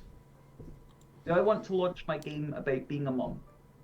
which will it's a realist game, so people who are looking for escapism will bounce off it. Mm-hmm. Even though I think that you'd get a great, even ones that would have a great time with it. In fact, I kind of feel, would people who are not parents and not mums want to play this game? And I think it's really, really for those people a lot of the time, folks in that bag. And I think for parents, it will give a sort of, there'll be a catharsis and a bit of a sort of like, it'll give a bit of a space for some emotions to come out. But I think for people who haven't played it, it'll open up. If they go into it, I think it will help if they want it to form an empathic connection with an experience they've not had, with the people who've had an experience they've not had. And I've had that feedback. I've had that told to me, so I know it's for someone in the world that's worked, and I hope it works more often than not in that respect for people. But I had to go through, am I going to do that? And it's also a game that's very, I thought about the title of the game. Do I want to call it Parent Pals? You don't have to play a mum in it. No, I don't. I want, this is about mum chums. I think the parenting world, like the demographic at the school gate, the demographic at when you're taking your kids to stuff is mainly mums. Sparrow has an adjacent comment. I'm learning a lot about being in society with women lately, working as a house cleaner. I wonder what that will bring to mum chums. And Sparrow has been mistaken for a mum doing auntie duties. Yeah, absolutely. And these things are, when we're talking, I think when you're away, we're talking about matters of identity and how you're seen differently in different contexts, and how that can be, your identity can be something that you're projecting from within you and out, or projecting it can be something that someone sees, whether correctly or not, about you, that's something they assume or something they perceive. And the mum chums position is like, you don't have to be a mum, but like, this is mum chums. Yeah. You are the caregiver. You take care of the kid. Yeah, I think it's because there is this conversation that I sometimes had in like design spaces, particularly queer design spaces. I think the example here is sword lesbians, right? Or like we played a game of Dungeon Bitches, which is a lovely game, but it's you explicitly cannot be men in Dungeon Bitches. And sword lesbians are explicitly like lesbians, and there are certain groups of people who are like, for reasons, particularly reasons of identity, are like, I'm never gonna play a character who is or is not XYZ, and that kind of creates a question of, you know. Yeah, I'll come back to Dungeon Bitches, which I think is a spectacular game in a moment. Popping a pin in that. Pinned. Before I lose my thread on so the Mum Chums, I had to decide whether I was going to put that to Kickstarter, and also deal with the fact that because of its subject matter, and we live in a patriarchal society, it's going to be pushed. It's going to be pushing it uphill. Like that. Luckily, in the indie game sphere, people will be more. There's a more attunement to it, but still, people want their role-play games for escapism a lot of the time, and so I knew that was a tough sell.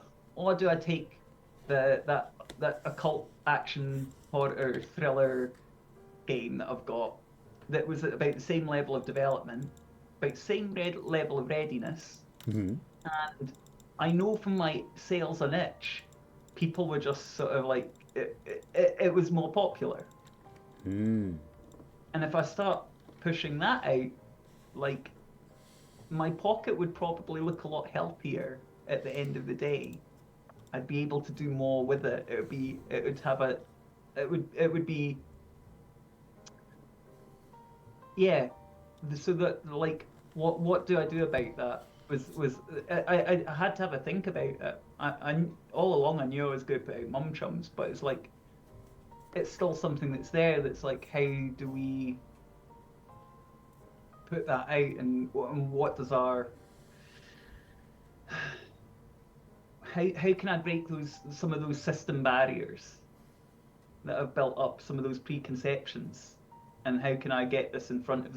How can I get people playing this game, because I think they'd love it, and we're all trying to do that, right? I think that is an interesting extra level of justification, which I sometimes had to make, even with a draw of like 5e supplements and things that are like even closer to the great demon, if we will, where it's like, Yeah, like, or like I even just like, yeah, within your own sphere of like I made this, like I know this is popular, but Mm. this is what I feel in my heart. This is something that Hmm. I like. I know that some of the games that because like I'm in a similar position where I have some things that are like equally ready to go in the stable, right?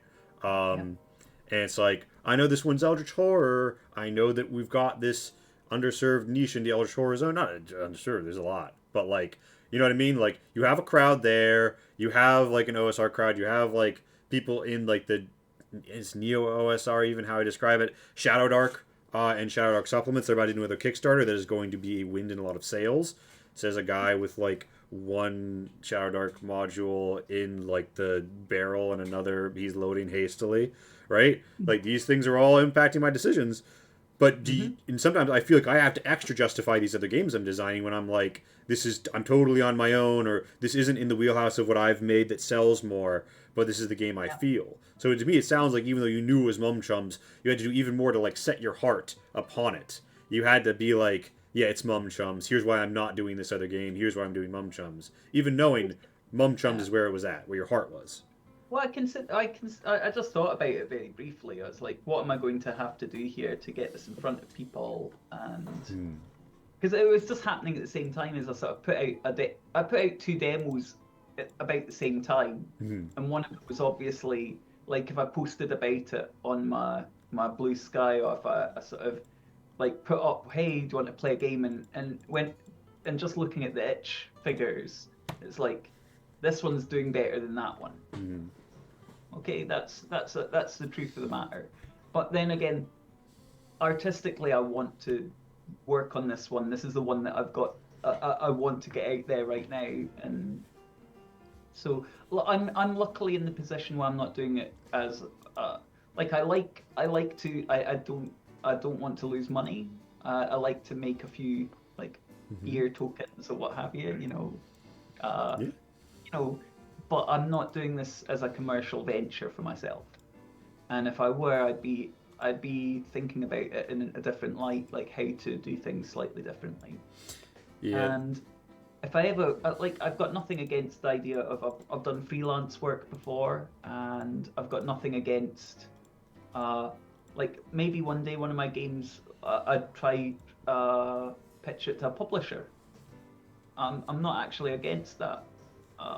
But it does change my relationship to it, and I have to think carefully about which Yeah. games I'd want to do that with, and which I definitely wouldn't, because me and You need a total the control on that one. I think David Lynch sums it up best of never give up the final cut. Like when he would say that, is don't give up the final cut, and that's important to quite a few games that I design. It's like I can make changes, and I definitely listen to feedback, but the what and it's quite interesting. I got a I was very lucky, and I was awarded a scholarship to go to Big Bad Con last year. Sick. Yeah. So I went last year to San Francisco, and I think my big takeaway from that experience was um, I'd had a relationship with compromise beforehand, Mm-hmm. of how do I avoid compromise, and how and compromise being like a bad thing perhaps, or had some sort of like I had some emotional connection to it being negative, and I walked away from Big Bad Con not with a sort of like what can I avoid compromising, but like understanding what compromises I could make. And when I reconceptualized it in that sense, it was I had a few different conversations across the weekend of that convention that were basically got me thinking is what compromises can I make on this? What compromises am I willing to make to get this made? What compromises will take this forward? Because if I'm just holding on to this and I want to get it into a certain position, and I want to get it in front of certain people, so this ties back to this idea of how interact with the wider game sphere. So Yeah. I think it's interesting, and it was really so many people at Big Bad Con were very generous with their time with for myself and for other designers, like folks coming at it from a newer position, folks older in the game. It's such a good atmosphere there. It's small con by American standards. It's 1,000 odd people. I thought that was quite a but yeah, but size. Big Bad Con is definitely one that's talked about in that design sphere of like meeting people and actually like doing stuff together. In fact, they had the system of office hours where you could turn up and sit down and talk with people who'd been doing this for a long time, and That's it's sick. so lovely. Like and it wasn't just big companies. Sometimes there was a Wizards of the Coast and a sort of Darrington Press and uh, you have folks in Pathfinder and what have you, Pit Paizo. They were all doing those, but so were small queer collectives who put their games out Hell and people yeah. who've been doing it solo for a few years. And Hmm. it was and folks in that sort of mid-tier like Evil Hat were there. No, Evil Hat are a great friend to the indie space and APs. I know Yeah, they. Everyone knows that like Evil Hat's pretty much sponsoring as many APs as they can at a given moment, yeah. and And they're they're lovely very and they have some great games. and I'm very lucky. I feel like I'm very lucky being in Scotland, Hmm. because when I was sort of like younger, we had Nightfall Games, Oh, so like Dave Alsop and Jared Earl and all the folks attached to that, and their main flagship game, Slay Industries, was a whole thing. It's a trad wow! game, and they've got had a second edition in recent years and what have you, and I never like heard of this.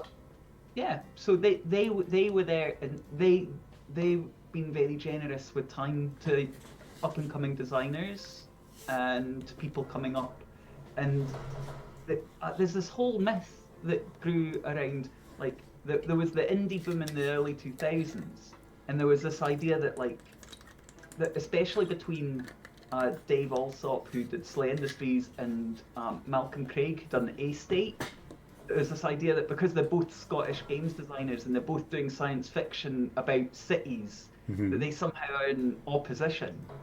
And it couldn't be further from the truth. Yeah, they're in The, community with them. I'm assuming this yeah, is like they're all together working, and that's lovely to have that yeah, environment. like Dave was one of the first people to really put a big lot of support behind that wave of designers and to help give them advice on how to get going. And these people are still about, and so now we've got like locally we've got Handiwork Games, and so you've got like John Hodgson, and it's also got like Gregor Hutton, who I've mentioned, is attached to it, and like amazing artists, and these people who are industry veterans at this point. Hmm. Okay, and they're willing to give their time and effort and help, and then you've got my wave. There's me and a few. There's other designers that's sort of my kind of generational where we when we started, and we see us all trying to bring up. I like to think we try and help those coming up behind us, and so I've been very lucky in that regard. Very lucky, Yeah, and and it's great to be able to do it for people too. Like being able to mentor someone or give them advice, hear them say these things that are sometimes like, uh, gosh, like yeah, the things that you struggle with early on in game design. It's like you want to help them, and they're at this fundamental challenge. And it's like you don't want to discourage them or smother their mm, flame, but you also want to maybe like inject a little bit of realism and be like, watch watch out for that hole in the road. exactly. And also, I think that you have a good framing on compromise because I understand like what do I do to do no compromise so that I have my uncompromised vision, but also what do I have to like? For example, Change Stars can only be so many pages long. There was only so Hmm. much money in the pot to get 500 Hmm. books printed, right? Hmm. I had to cut like 30%, 60% actually of like the lore on one of Yeah, the species that I was one of my darlings, and there's a there you bunch of other go. stuff that I had to get concatenated, and some things that aren't put out as well. There isn't a glossary. I know Yeah, there was some guy who was like, a backer who's like, I take a star off of my review every time someone doesn't have a glossary in the role playing game. I'm just sitting here like, buddy, you ain't fronting us a few extra thou for that extra paper. I'm yeah. afraid. Now are you? That's the thing, and it's like I think I was beforehand. I think reflexively, obviously, you're making compromises as you make a game, and that's part of it. Yeah. But I think the way in which I conceived of it and the way in which I'm taking it forward now, like this, Mum Chums is the first game where I won't be doing the layout on my own game. I've always done my own layout. I've done layout on the demo version that's on itch at the moment, but it's Cinta Posadas Sin who's going to be doing the layout, and their work appears in like Orbital Blues. Oh. Their work appears in what else? Just loads of other stuff at the moment. The Confluence RPG that's coming up, I think it's called. Confluence, I've heard of that. Yeah. So it's like their work is excellent and amazing, and I don't think I've said this publicly. Like I basically was interested in them doing layout, working with them on doing layout on something.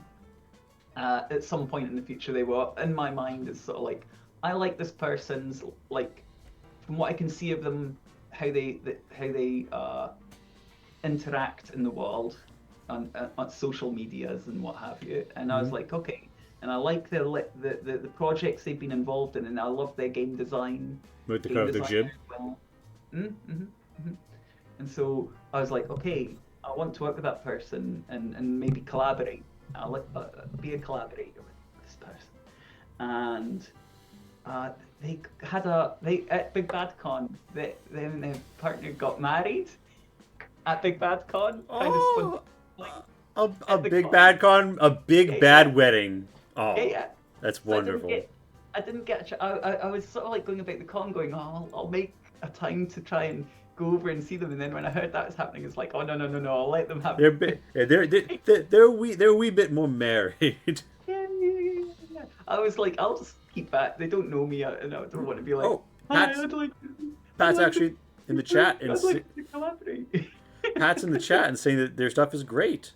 Yeah, it's amazing. It's really so reaching out and being like, oh hi, I've got this game, I've laid out the demo version, I'd like to work together, and this is how I work, and I've sort of collaborated with artists in the past, and I was like, this is how it's worked, and this will be my first time collaborating with a lay artist, and so I might be, if I'm doing anything wrong or like stepping on toes in any way, like I'm open to dialogue, and yeah, we've had that sort of chat. Yeah, and as someone who came from design, no art, not understanding, like Pat could tell you, I didn't know, you don't know anything about art. Like, people get offended if you're like, I got like $50, what could that buy me? And you're talking to someone who doesn't work for less than like, who doesn't license for more than double that. They could reasonably get offended because it's like they feel like you wasted their time. But literally, like, try and figure out what art costs. It's a whole journey and specialized knowledge, and I know so much more now. But like, I'm also just spoiled by Pat, who is a wonderful artist. # Spider Queen Long. # check her out. What I'm mentioning is like that's kind of falls back onto where I've been lucky being in Scotland, because there was a group across the 2000s called the Collective Endeavour across the UK, which was indie designers who had come together to table one another's work, to share tips on how to publish and what have you. They had a forum. It was in that sort of like era of the Forge and the Story Games forum. There was Collective Endeavour. So it wasn't as big internationally because it was mainly like focused on Britain. But John Hodgson put up an article at one point, like speaking as a industry veteran artist, here's how to go about commissioning art. Ooh, now that's the kind of stuff where it's like, we really need that other generation to feed that to us, because that's hard knowledge to get the first time. Yeah. And so like, I feel like, and it cut out the stop, like, you will get one round of revisions. Do not expect any more. Get your shit together. Like, and do not extract more, because there are artists in a bad situation trying to please who might for free give you more than one round of revisions. I'm a big advocate now of like, put that revision number in the contract, and also written agreement, please. like have your agreement be solid, understand where you all stand, like This is our obligation. This is our obligation. If one this is what group we're has doing. to split, here's how that works. They'll get paid out the percent of work they've done, or something like that. Yep, yep, yep. This is how it's all going to go down, and Yeah. everyone's happy at the end, and then you do it again and again and again, and it gets better and better. Yeah. Okay, so Which is that's the hope. Um, so yeah, that's really that I've been really lucky in that front, and I'm looking forward to Sin doing. I have no idea. Like I like to be like I'm not a lay. I do layout, but I'm not a trained layout artist in any way, and I've not done it to the degree where I've seen your work and it looks great. mhm. And I'm going to trust you with all these words and just do what you are going to Get it do. in there. Oh yeah. They're. Are you familiar with Fabula Ultima, Vaguely, the yeah. Japanese TRPG? I Yeah, discovered something brilliant. She's like, Emma's always popping around doing chats. Literally, there wasn't a Google Doc before. It was the game was designed in oh, layout in the I do layout that. program. Really? Oh, that always Yeah. feels like the most I like I I handling the started hot. one note. Yeah, yeah. Oh, I basically I put my rough game in a Google Doc, so I have something. Sometimes it's more complete than others. And if I'm doing it for something like Naga Demon, where like on Mhm. a blitz, I probably haven't laid it out. I do finish it in Google Docs, but then I put it all, then I lay it out, and I often lay it out during my playtest phase, and then I just start like I start messing with it in layout, which layout artists around the world are currently screaming and No, I created like a 300 plus page role playing game book entirely across multiple Google Docs and had to shove it into layout. So yeah, I'm always in awe of people who are like, I design it right in the layout. I'm like, it's like a blacksmith saying, I just grab that hot piece of iron, hands on. I'm like, oh, but yeah, it saves you so much pain on the back end. Sparrow actually had a really great comment earlier that brings us to, I don't know if this is back or forward, but I straight transitioned my character the same day my shell cracked playing Thirsty Sword Lesbians. My group just dealt with it gracefully because, yeah, I presume Sparrow is like, yeah, my character is not a lady, and that's what you do, obviously, regardless of anything else you read in the book. Gracefully incorporate your friend's identity and character.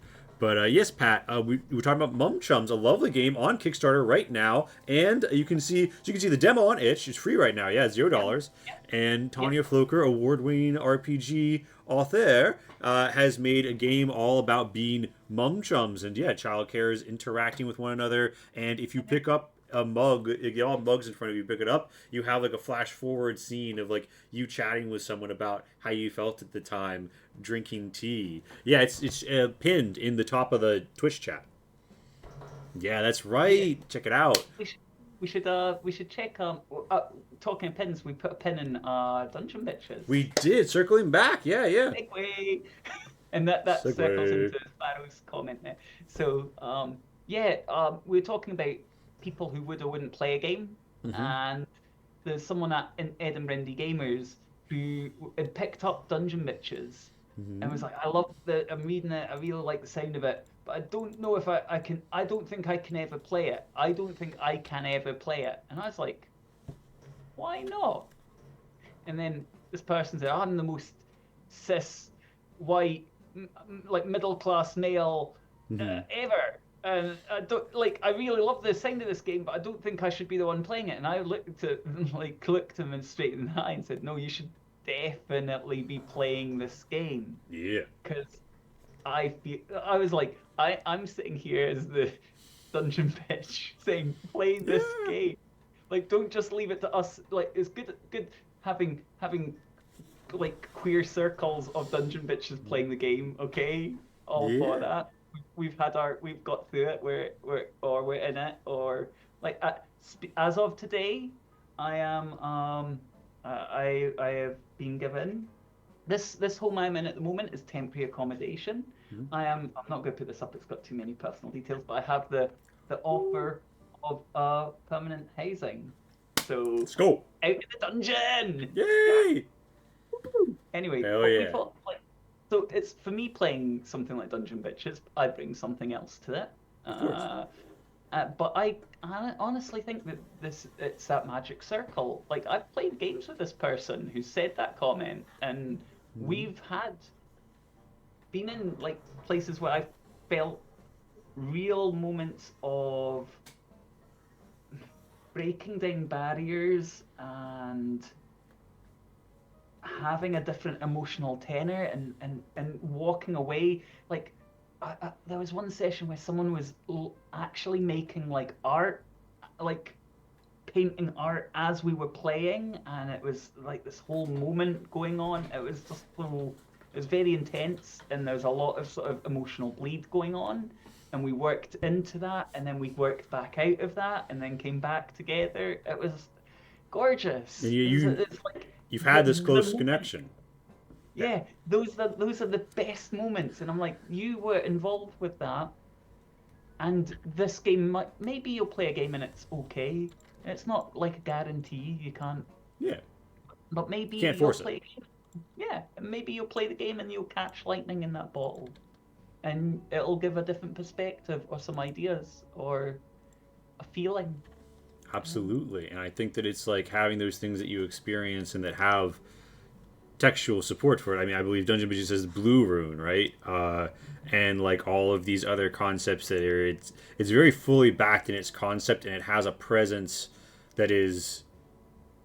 I mean, I don't want to speak too much. We played the game, talked to the designers; they're cool. Um, but what I got out of it is that this game has a very strong vision, and Yeah, that it is complete in that vision. And I get that like some people might be like, "Is this not for me because X Y Z?" But as long as you're cool with it, like I think that you could go. I think that, like the issue that I don't even know if I want to say this. The issue for a lot of queer RPGs is that there are several that are like definitionally you are not a man, and like the thing that it runs up against is that like there exist multiple transmasc players who are like this is a hard deal breaker for me. So when I am designing my games, I'm never willing to pull that trigger because I'm like, particularly when it comes to like the whole family, so to speak, I'm like I want every queer person to be able to feel this game, play this game, and feel welcome. That's not everyone's responsibility, but that informs me as a designer. yeah, And I don't think that those games are inherently exclusive to those people, and any group could obviously make an exception. But anyone can be a dungeon bitch in a real way, is what I drew yeah, from a lot of the descriptions. But you yeah. mentioned earlier magic, like the magic circle and weaving that Mhm. together. I believe you used that word. I Yeah, completely agree, and I think it's part of identity coming to the play. Is like you have to describe this person who's a cis man, but like you've had wonderful experiences with this person. You've been in that spell with them. Of course, you want to share this game you love. That's part of who you are. There's, I mean, don't have to presume, but like you identify strongly with this game, this experience, and you want to share it with someone who you've shared things with before. And I literally, this is actually born of like a slightly silly thing that I said, but in my game systems, the person who runs the game is usually called the Dream Weaver for mhm. precisely this reason. And they always people always have to drag me down from like a more esoteric version of how I describe the Dreamweaver. I think it was like I was like it was like a role playing game is like a shared hallucination or something guided by the Dreamweaver. And yeah, as Pat mentions from like her own experience, like we had notes of it in the start because oh god, I feel like I'm talking too much about Change Stars in the interview about Mum Chums, but Oh, it came from conversation. we literally wanted to run Alien RPG. Most of our group didn't like the setting, even though Pat and I were really into it and played a ton on the channel, right? And we have probably Mhm, over 100 Alien RPG streams on this channel. There'll be more in the mhm. future, I guarantee you. We ran like a tripartite poll, or Pat did, and the determination was we wanted a matriarchy run by computers with aliens, and a lot of that got heavily shifted as it evolved. But like, yeah, the origin of it and like our experiences and where we came from was totally part of it. And it's Mm, actually one of the examples of compromise that I will cite, because like Pat came up with like the biology and like all of like the world stuff, and I filled in the mechanics and like mm, some of the political writing and stuff for Change Stars. It's very much our baby together. But one of the, like the early like dictates where she was like, "This is how it's got to be," is that health. There's health and stamina, but health cannot vary based on species. Every human has the same amount of health unless they buy like the one talent that gives you +2. So we fix the raw amount of like blood in you based off of your body in like a very certain way. And I think that that was an example where I embraced compromise because that was very much against my design instinct, but I think it helped inform the grounded elements of the game. And I think it also helped inform because I'm making a game with my players and with my fellow game runners because Pat ran that original session. This was all her vision originally, but then it came towards me and like we shared in how we created it. I think it created something very beautiful when we basically cross pollinated our ideas.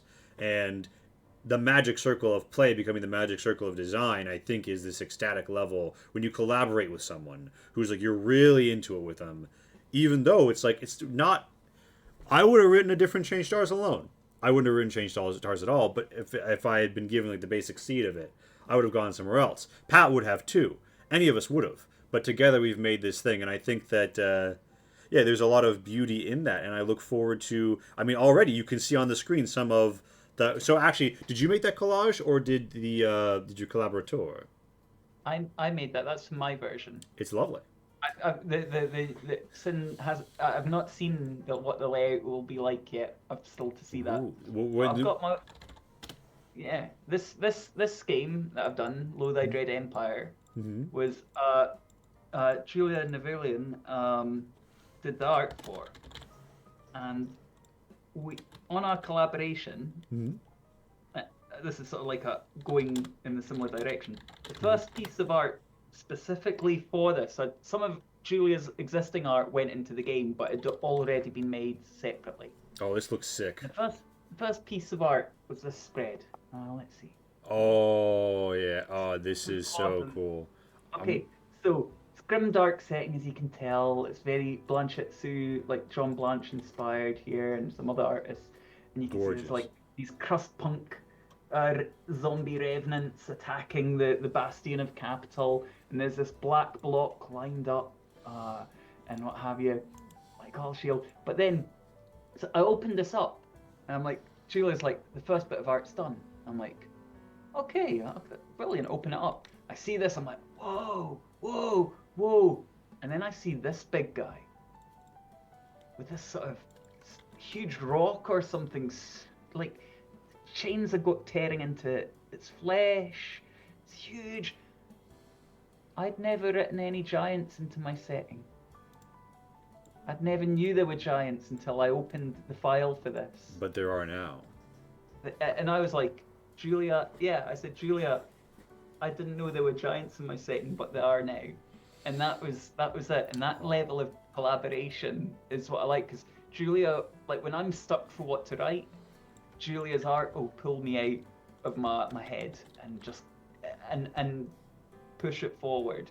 And when Julia's like, I don't know what to do, let's have can we just talk?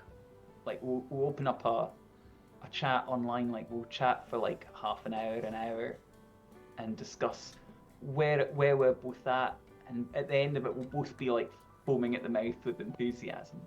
Okay, so. And the link for this, by the way, Lo Thy Dread Empire, is in the chat. I just put it there right now. This looks brilliant, the cover and everything. Yeah, we're working on a supplement. Ooh. First time doing a supplement. So. What's it about? Or if you want to share. Yeah, no, it's going to be a while before it's ready. We've only just started working on it, really. We're going to do a book that's going to be a campaign book, but it's also going to be a spiral-bound book, where one panel on one side will be a full landscape, sort of a grimdark landscape, and then the other panel will have like a scenario that goes with it, including tokens you can place down for play and what have you. And you can use these landscapes, you can fold it round and use it as a backdrop book for photographing your miniatures again. So wargamers will get a nice double use out of it. Roleplay gamers, and the scenarios will be compatible with a wargame or roleplay play, depending on what you want to do. I see. It is perfect if you would like to try a game which elevates the storytelling and tactical aspects of violent conflict. Oh, that's very... Oh, I love that. The game I mentioned earlier, Reign of Fire, that I've struggled to get my group, and I admitted the group isn't going to like, is literally like, I call it a game about violence, fundamentally. Like, it's not about going to dungeons or anything, it's about violence, and I am fascinated with the concept academically and narratively, so I'm going to be checking this one out. Oh, enjoy. Pat, the feedback phase did not go... I don't think that the feedback phase went quite the way you seem to be remembering it. Okay. Um, but no, it's fine. We had a fine time, but like But yeah, Below Thy Dread Empire, an amazing game. I'm sure I haven't read it yet, but I'm just looking at it, Read right? it, find out. It could be terrible. Yeah, well, I fight the skeleton war against the death cult of capitalism, so like I think I'm in at a conceptual level. I'm gonna look forward to actually like peeling over the digital pages and Hmm. seeing what it is. Hmm. God, yeah, you have a wonderful oeuvre. I feel like we could talk all night. It's not Oh too yeah. late for you, is it? I could probably do another like 15, 20 minutes. Yeah, I'm down to keep going. I just Okay. don't want to like book you over Yeah. long. We all need our rest, and you've had a big Yeah. day. Uh, Yeah. I've um, had a long belly. Indeed. So Mum Chums is obviously a game that you base deeply in your personal experience, Yeah. and I think So is Low Dread Empire. we all have personal experience fighting against the death cult of capitalism. Uh, but in terms of when you draw upon those experiences, what am I getting at here? When you draw upon those experiences, do you see them more as a font of inspiration or a weight of obligation? Do you ever think like this must go in the game no matter what? Like I won't be telling the I won't be presenting the full Mum Chums if I don't present XYZ form of subject matter. Or is it always just like I'm drawing at like, it's coming up and I'm liking it? I think I've just been following the feelings, so I've not really. I think on from Hmm. the outside it probably looks like I do have hard lines or this has to go in, but Hmm. I've not been thinking about it in that way, like consciously. It's just I've you're just been, naturally drawn to it. It's naturally yeah, coming forward. I'm my design, how I design games vaguely starts out as a like without any mechanics or without anything. Like what if we were just sitting down and telling a story in this sort of this And, sort of playing field. Sometimes I'll come at it with a mechanic. Maybe I'll have a cool thing or a nice interesting thing that'll come quite early on. I never come at it like I've got this D6 pool mechanic. Now I'm going to make the game. That doesn't work for me. Um, I'm very much coming at it of I've got a game to make, and then what do I need to get it there? What am I adding in that is more than just what's making this the game? Like what are we doing to share to sort of um rather than just making a piece of collaborative fiction together, what's happening? How's this play? How we how does it feel? How does it shape the emotional core of it? What's what do I want? So we've talked about that quite a lot with Mum Chums already. With Low Thy Dread Empire, it's like a bidding mechanic, secret. There's secret revealing orders, and there's bidding, conflict, and bidding, and violence, and that's to. It's sort of like it's also to get to that sort of like the fiddliness of a war game, but also talking about structures of power and uh, it's also like venting my frustrations with what I've seen happen since the beginning of the COVID pandemic. It's my COVID pandemic game. It, mhm. it was it was it was me sort of very frustrated and but also hopeful, but also just the difficulties that we face, um, and the sort of the sort of how grim in some ways the sort of the hegemonic effects of capitalism and patriarchy and racism and white supremacy and ableism and they're like I've always known how far they'll go, But seeing it but and but watching it happen to these people is different. how it's affecting me and those around me, yeah, like having those specific effects take place in different ways. The thing is, before that, I had already like enough ammunition to be angry about, and now I've got more. So, yeah, that game came out of that, and I feel like all my games have something to say about connection and our interconnectedness, and have something to say about our social relationships to one another and to society at large, like how it works and how it functions. And so I think I can draw, although I look like you mentioned, I've got like this oeuvre, this spread of games at the moment. Like I think they can all be tied together by not just the fact that I designed them, but by they've got something that they're about and that they're saying and that they're talking about in this sort of wider idea of connection and interconnectedness and our relationship to systems of power. And so, like, Be Seeing You is about surveillance culture and also about it's a critique of individualism on one level, and the need for us to act with sort of collective direct action, like as part of what I hope the sort of where it drops off. And on the face of it, it's like the Prisoner TV show, the role play game, but it draws from other inspirations as well. I've got that. Lo Thy Dread Empire, we've talked about a little bit there.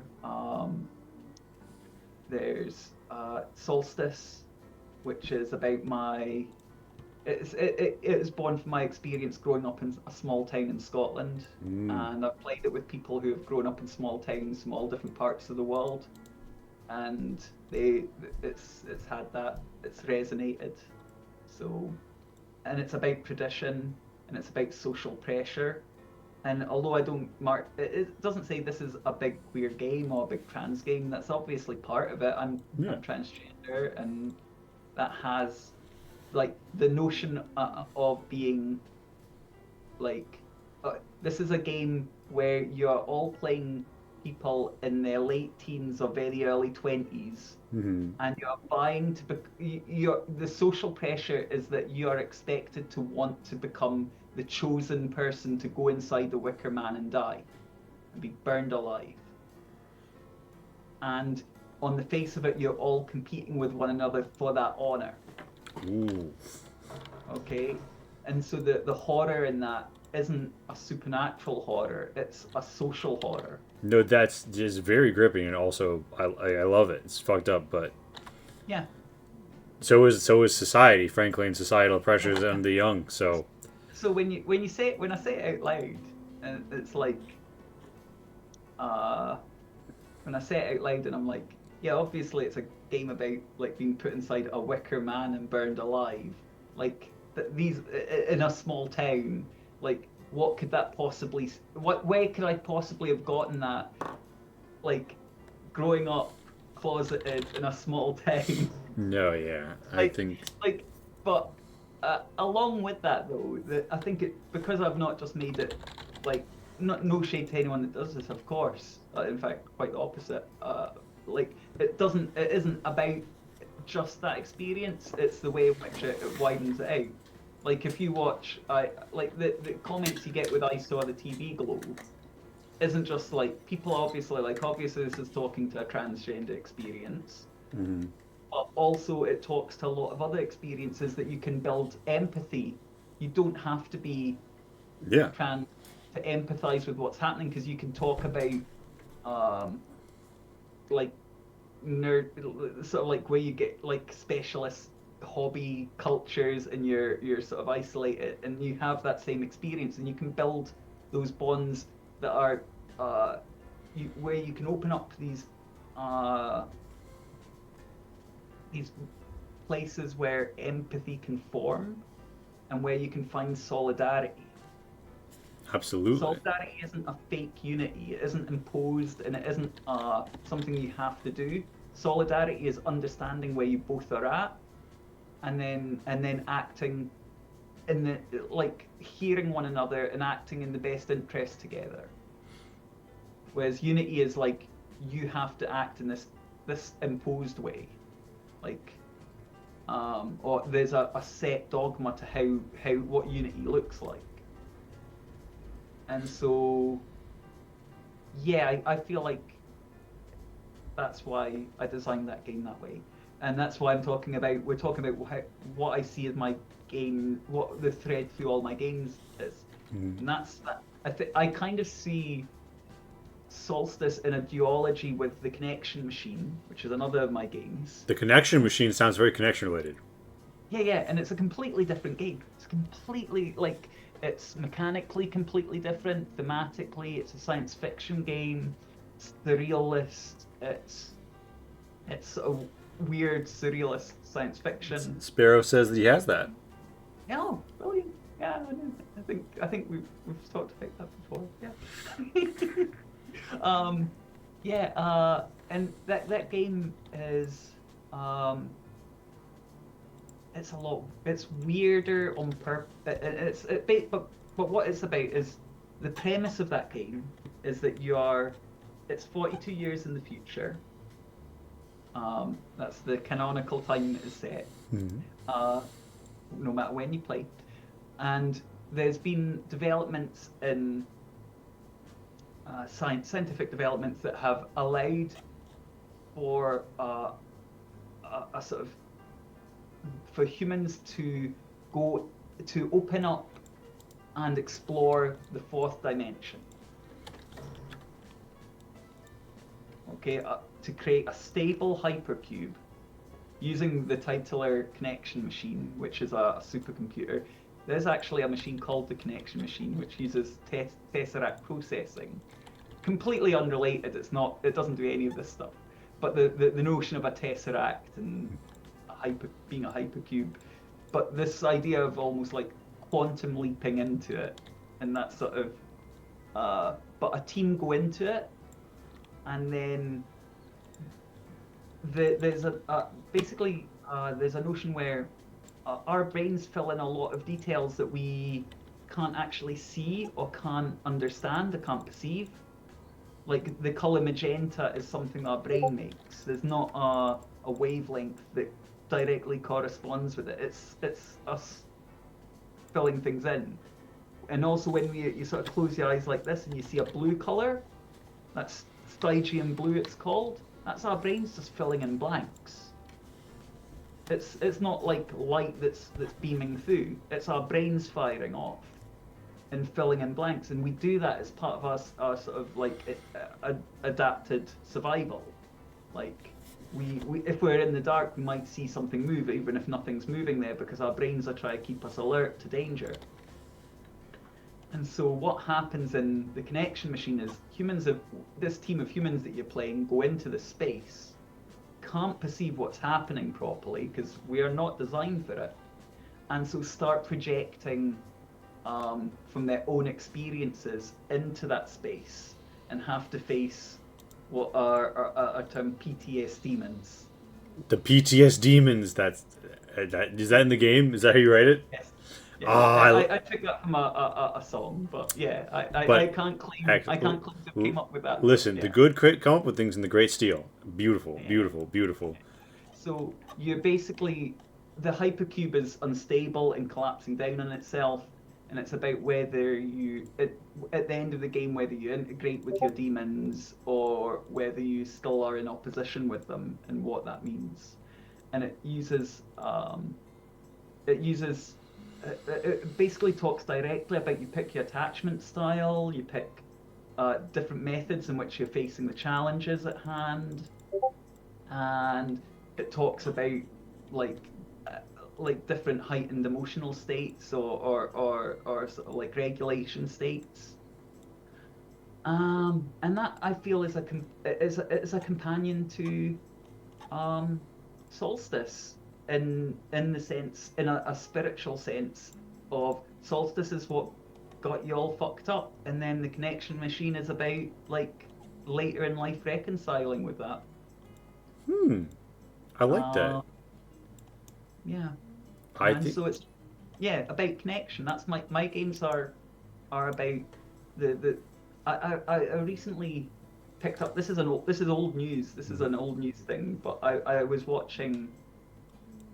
I was watching a video, and the terminology. I think it's Judith Butler mentioned it in this of like the body is a site of interconnection. Okay, and I think that very concisely summed up a lot of my feelings that I already had. But that it's a battlefield and a contested ground for interconnection.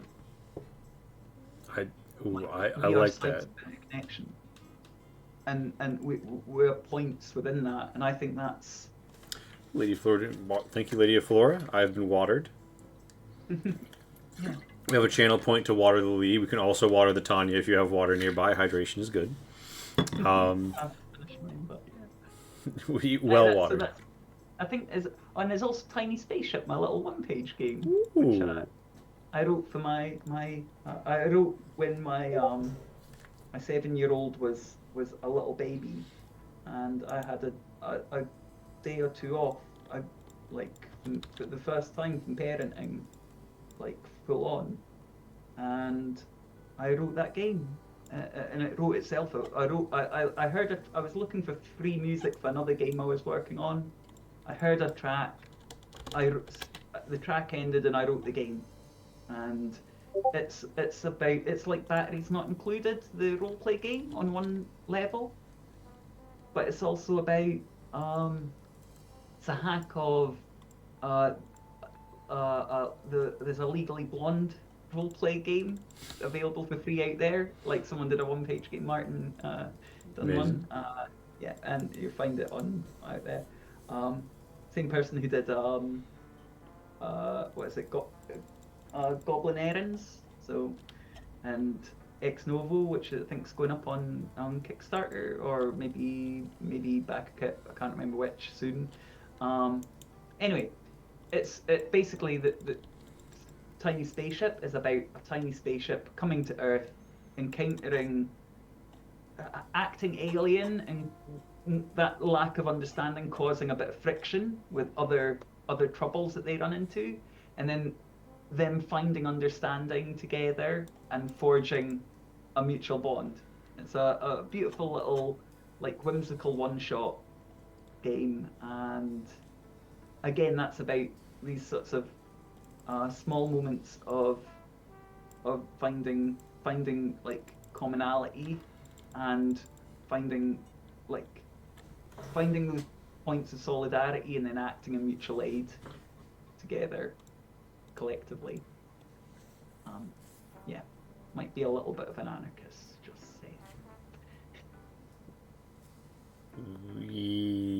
Might inform my game, just Just a little bit. That's one of the a little bit. interesting conflicts is in because obviously I hang out with like people of certain tendencies. That Change Stars has like a central government that is not necessarily inherently negative, but that there is still disagreement over like levels of appropriate authority and like division of control and the nature of like is there such a thing as a benevolent or benign monopoly of violence. Mm, So that's comes up the comes up frequently the spectrum between those two in game design and like envisioning ideal futures because we shot for something that's not a utopia but like an improvement, you know what I mean?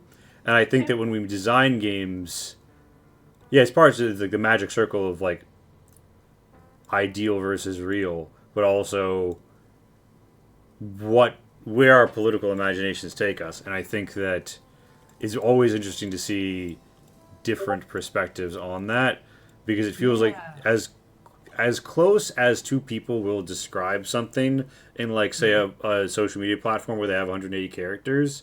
I feel like when Mm-hmm. you really like dive in, you see so many more divergences and like Yeah. caveats, and they're not frequently you're not like writing a political treatise or showing your ideal, but you are showing everything about yourself when you write a game. I feel even when you're describing something that like you don't think is, you know what I mean? It's interesting, like the word utopian, okay? Because back in the early 19th century, Mm-hmm. like really up until World War II, like there was this notion that the in the broad socialist movement, Mm-hmm. that the anarchists would disparage like authoritarian branches, especially what would later become the sort of Leninist sort of Mm-hmm. contingent, and they would call them utopian. They would Oh. say, how do you expect like we're not utopian. Anarchists on the whole rejected the idea that they were utopian and said that because the authoritarians thought that somehow you will get to a free society, to communism, of that's like Mm-hmm. through authoritarian means, through imposing through reconstituting a class system, and that somehow that will wither. And that's changed now in the sense that like a lot of anarchists now embrace the terminology of, yes, we're utopian, we're pushing beyond the bounds of what Yeah. capital realism tells Yeah. us is possible. And so the notion of the when you're reading historical text and current text, you have to understand that the terminology and what it means has changed, because the anarchists then and anarchists now are still saying the same things, but the word utopian has changed entirely for them both. Yeah, and Uh, it's interesting because it was like it's originally sort of like a thing to slow of like you're not talking about something that can be realistically achieved. We're talking about the more realistic achievement. yeah, Because yeah, I yeah, definitely think when people are being disparaging across that aisle, it's definitely like, oh, you're imagining we're all going to sing "Kumbaya"? No, yeah, yeah. the moment the purge starts, I'm murdering everyone. It's like, all right, buddy. Well, like that, like a lot of this time, it's like anarchism says that it will just all happen in a big one out, and it's like then you go back and read some of the foundational stuff, and it's like in some of the sort of big thinkers over the years, not just like back Yeah, then and then it was lost, but like even going back to sort of like I think Kropotkin said that he envisaged like there being this 100 years transitional phase, yeah. but they don't envisage it as a state in the state that like as in a state with that legitimizes use of violence. They've got a different conception of how we're getting there, and they say this is a realistic conception. So Things are interesting. going to be messy. This is how it goes, and we're not utopian. We are the scientific. Like We're the scientific people here in the sense of we're not um we're not sort of like imposing an a ideal and saying it's going to an happen idea. overnight. We're talking about there's this going to be this process, which is kind Yeah, of how people talk about socialism to like achieving communism, right? yeah, yeah. And they're not. They're saying that like if you're it's the statists, the people who want to take control of the state and then have their party or their grouping Mm-hmm. run the state. They're the utopians. They're in cloud cuckoo land because there's no way in like there's no way that will ever prefigure communism. Mm-hmm. That is a fundamental difference between our two approaches. And so it's interesting the term utopian having changed, and like obviously now we're trying to deal with a more rigid capitalist realism. And so I think that's why anarchism has embraced the notion of being utopian, and also it also trying to break people out of thinking in rigid terms, like about what is possible and what isn't possible. But yeah, it's like when you actually get down to it, like anarchists a lot of time want to try and do as much as they can in the here and now, because it's seen as the ends and means have to mirror one another.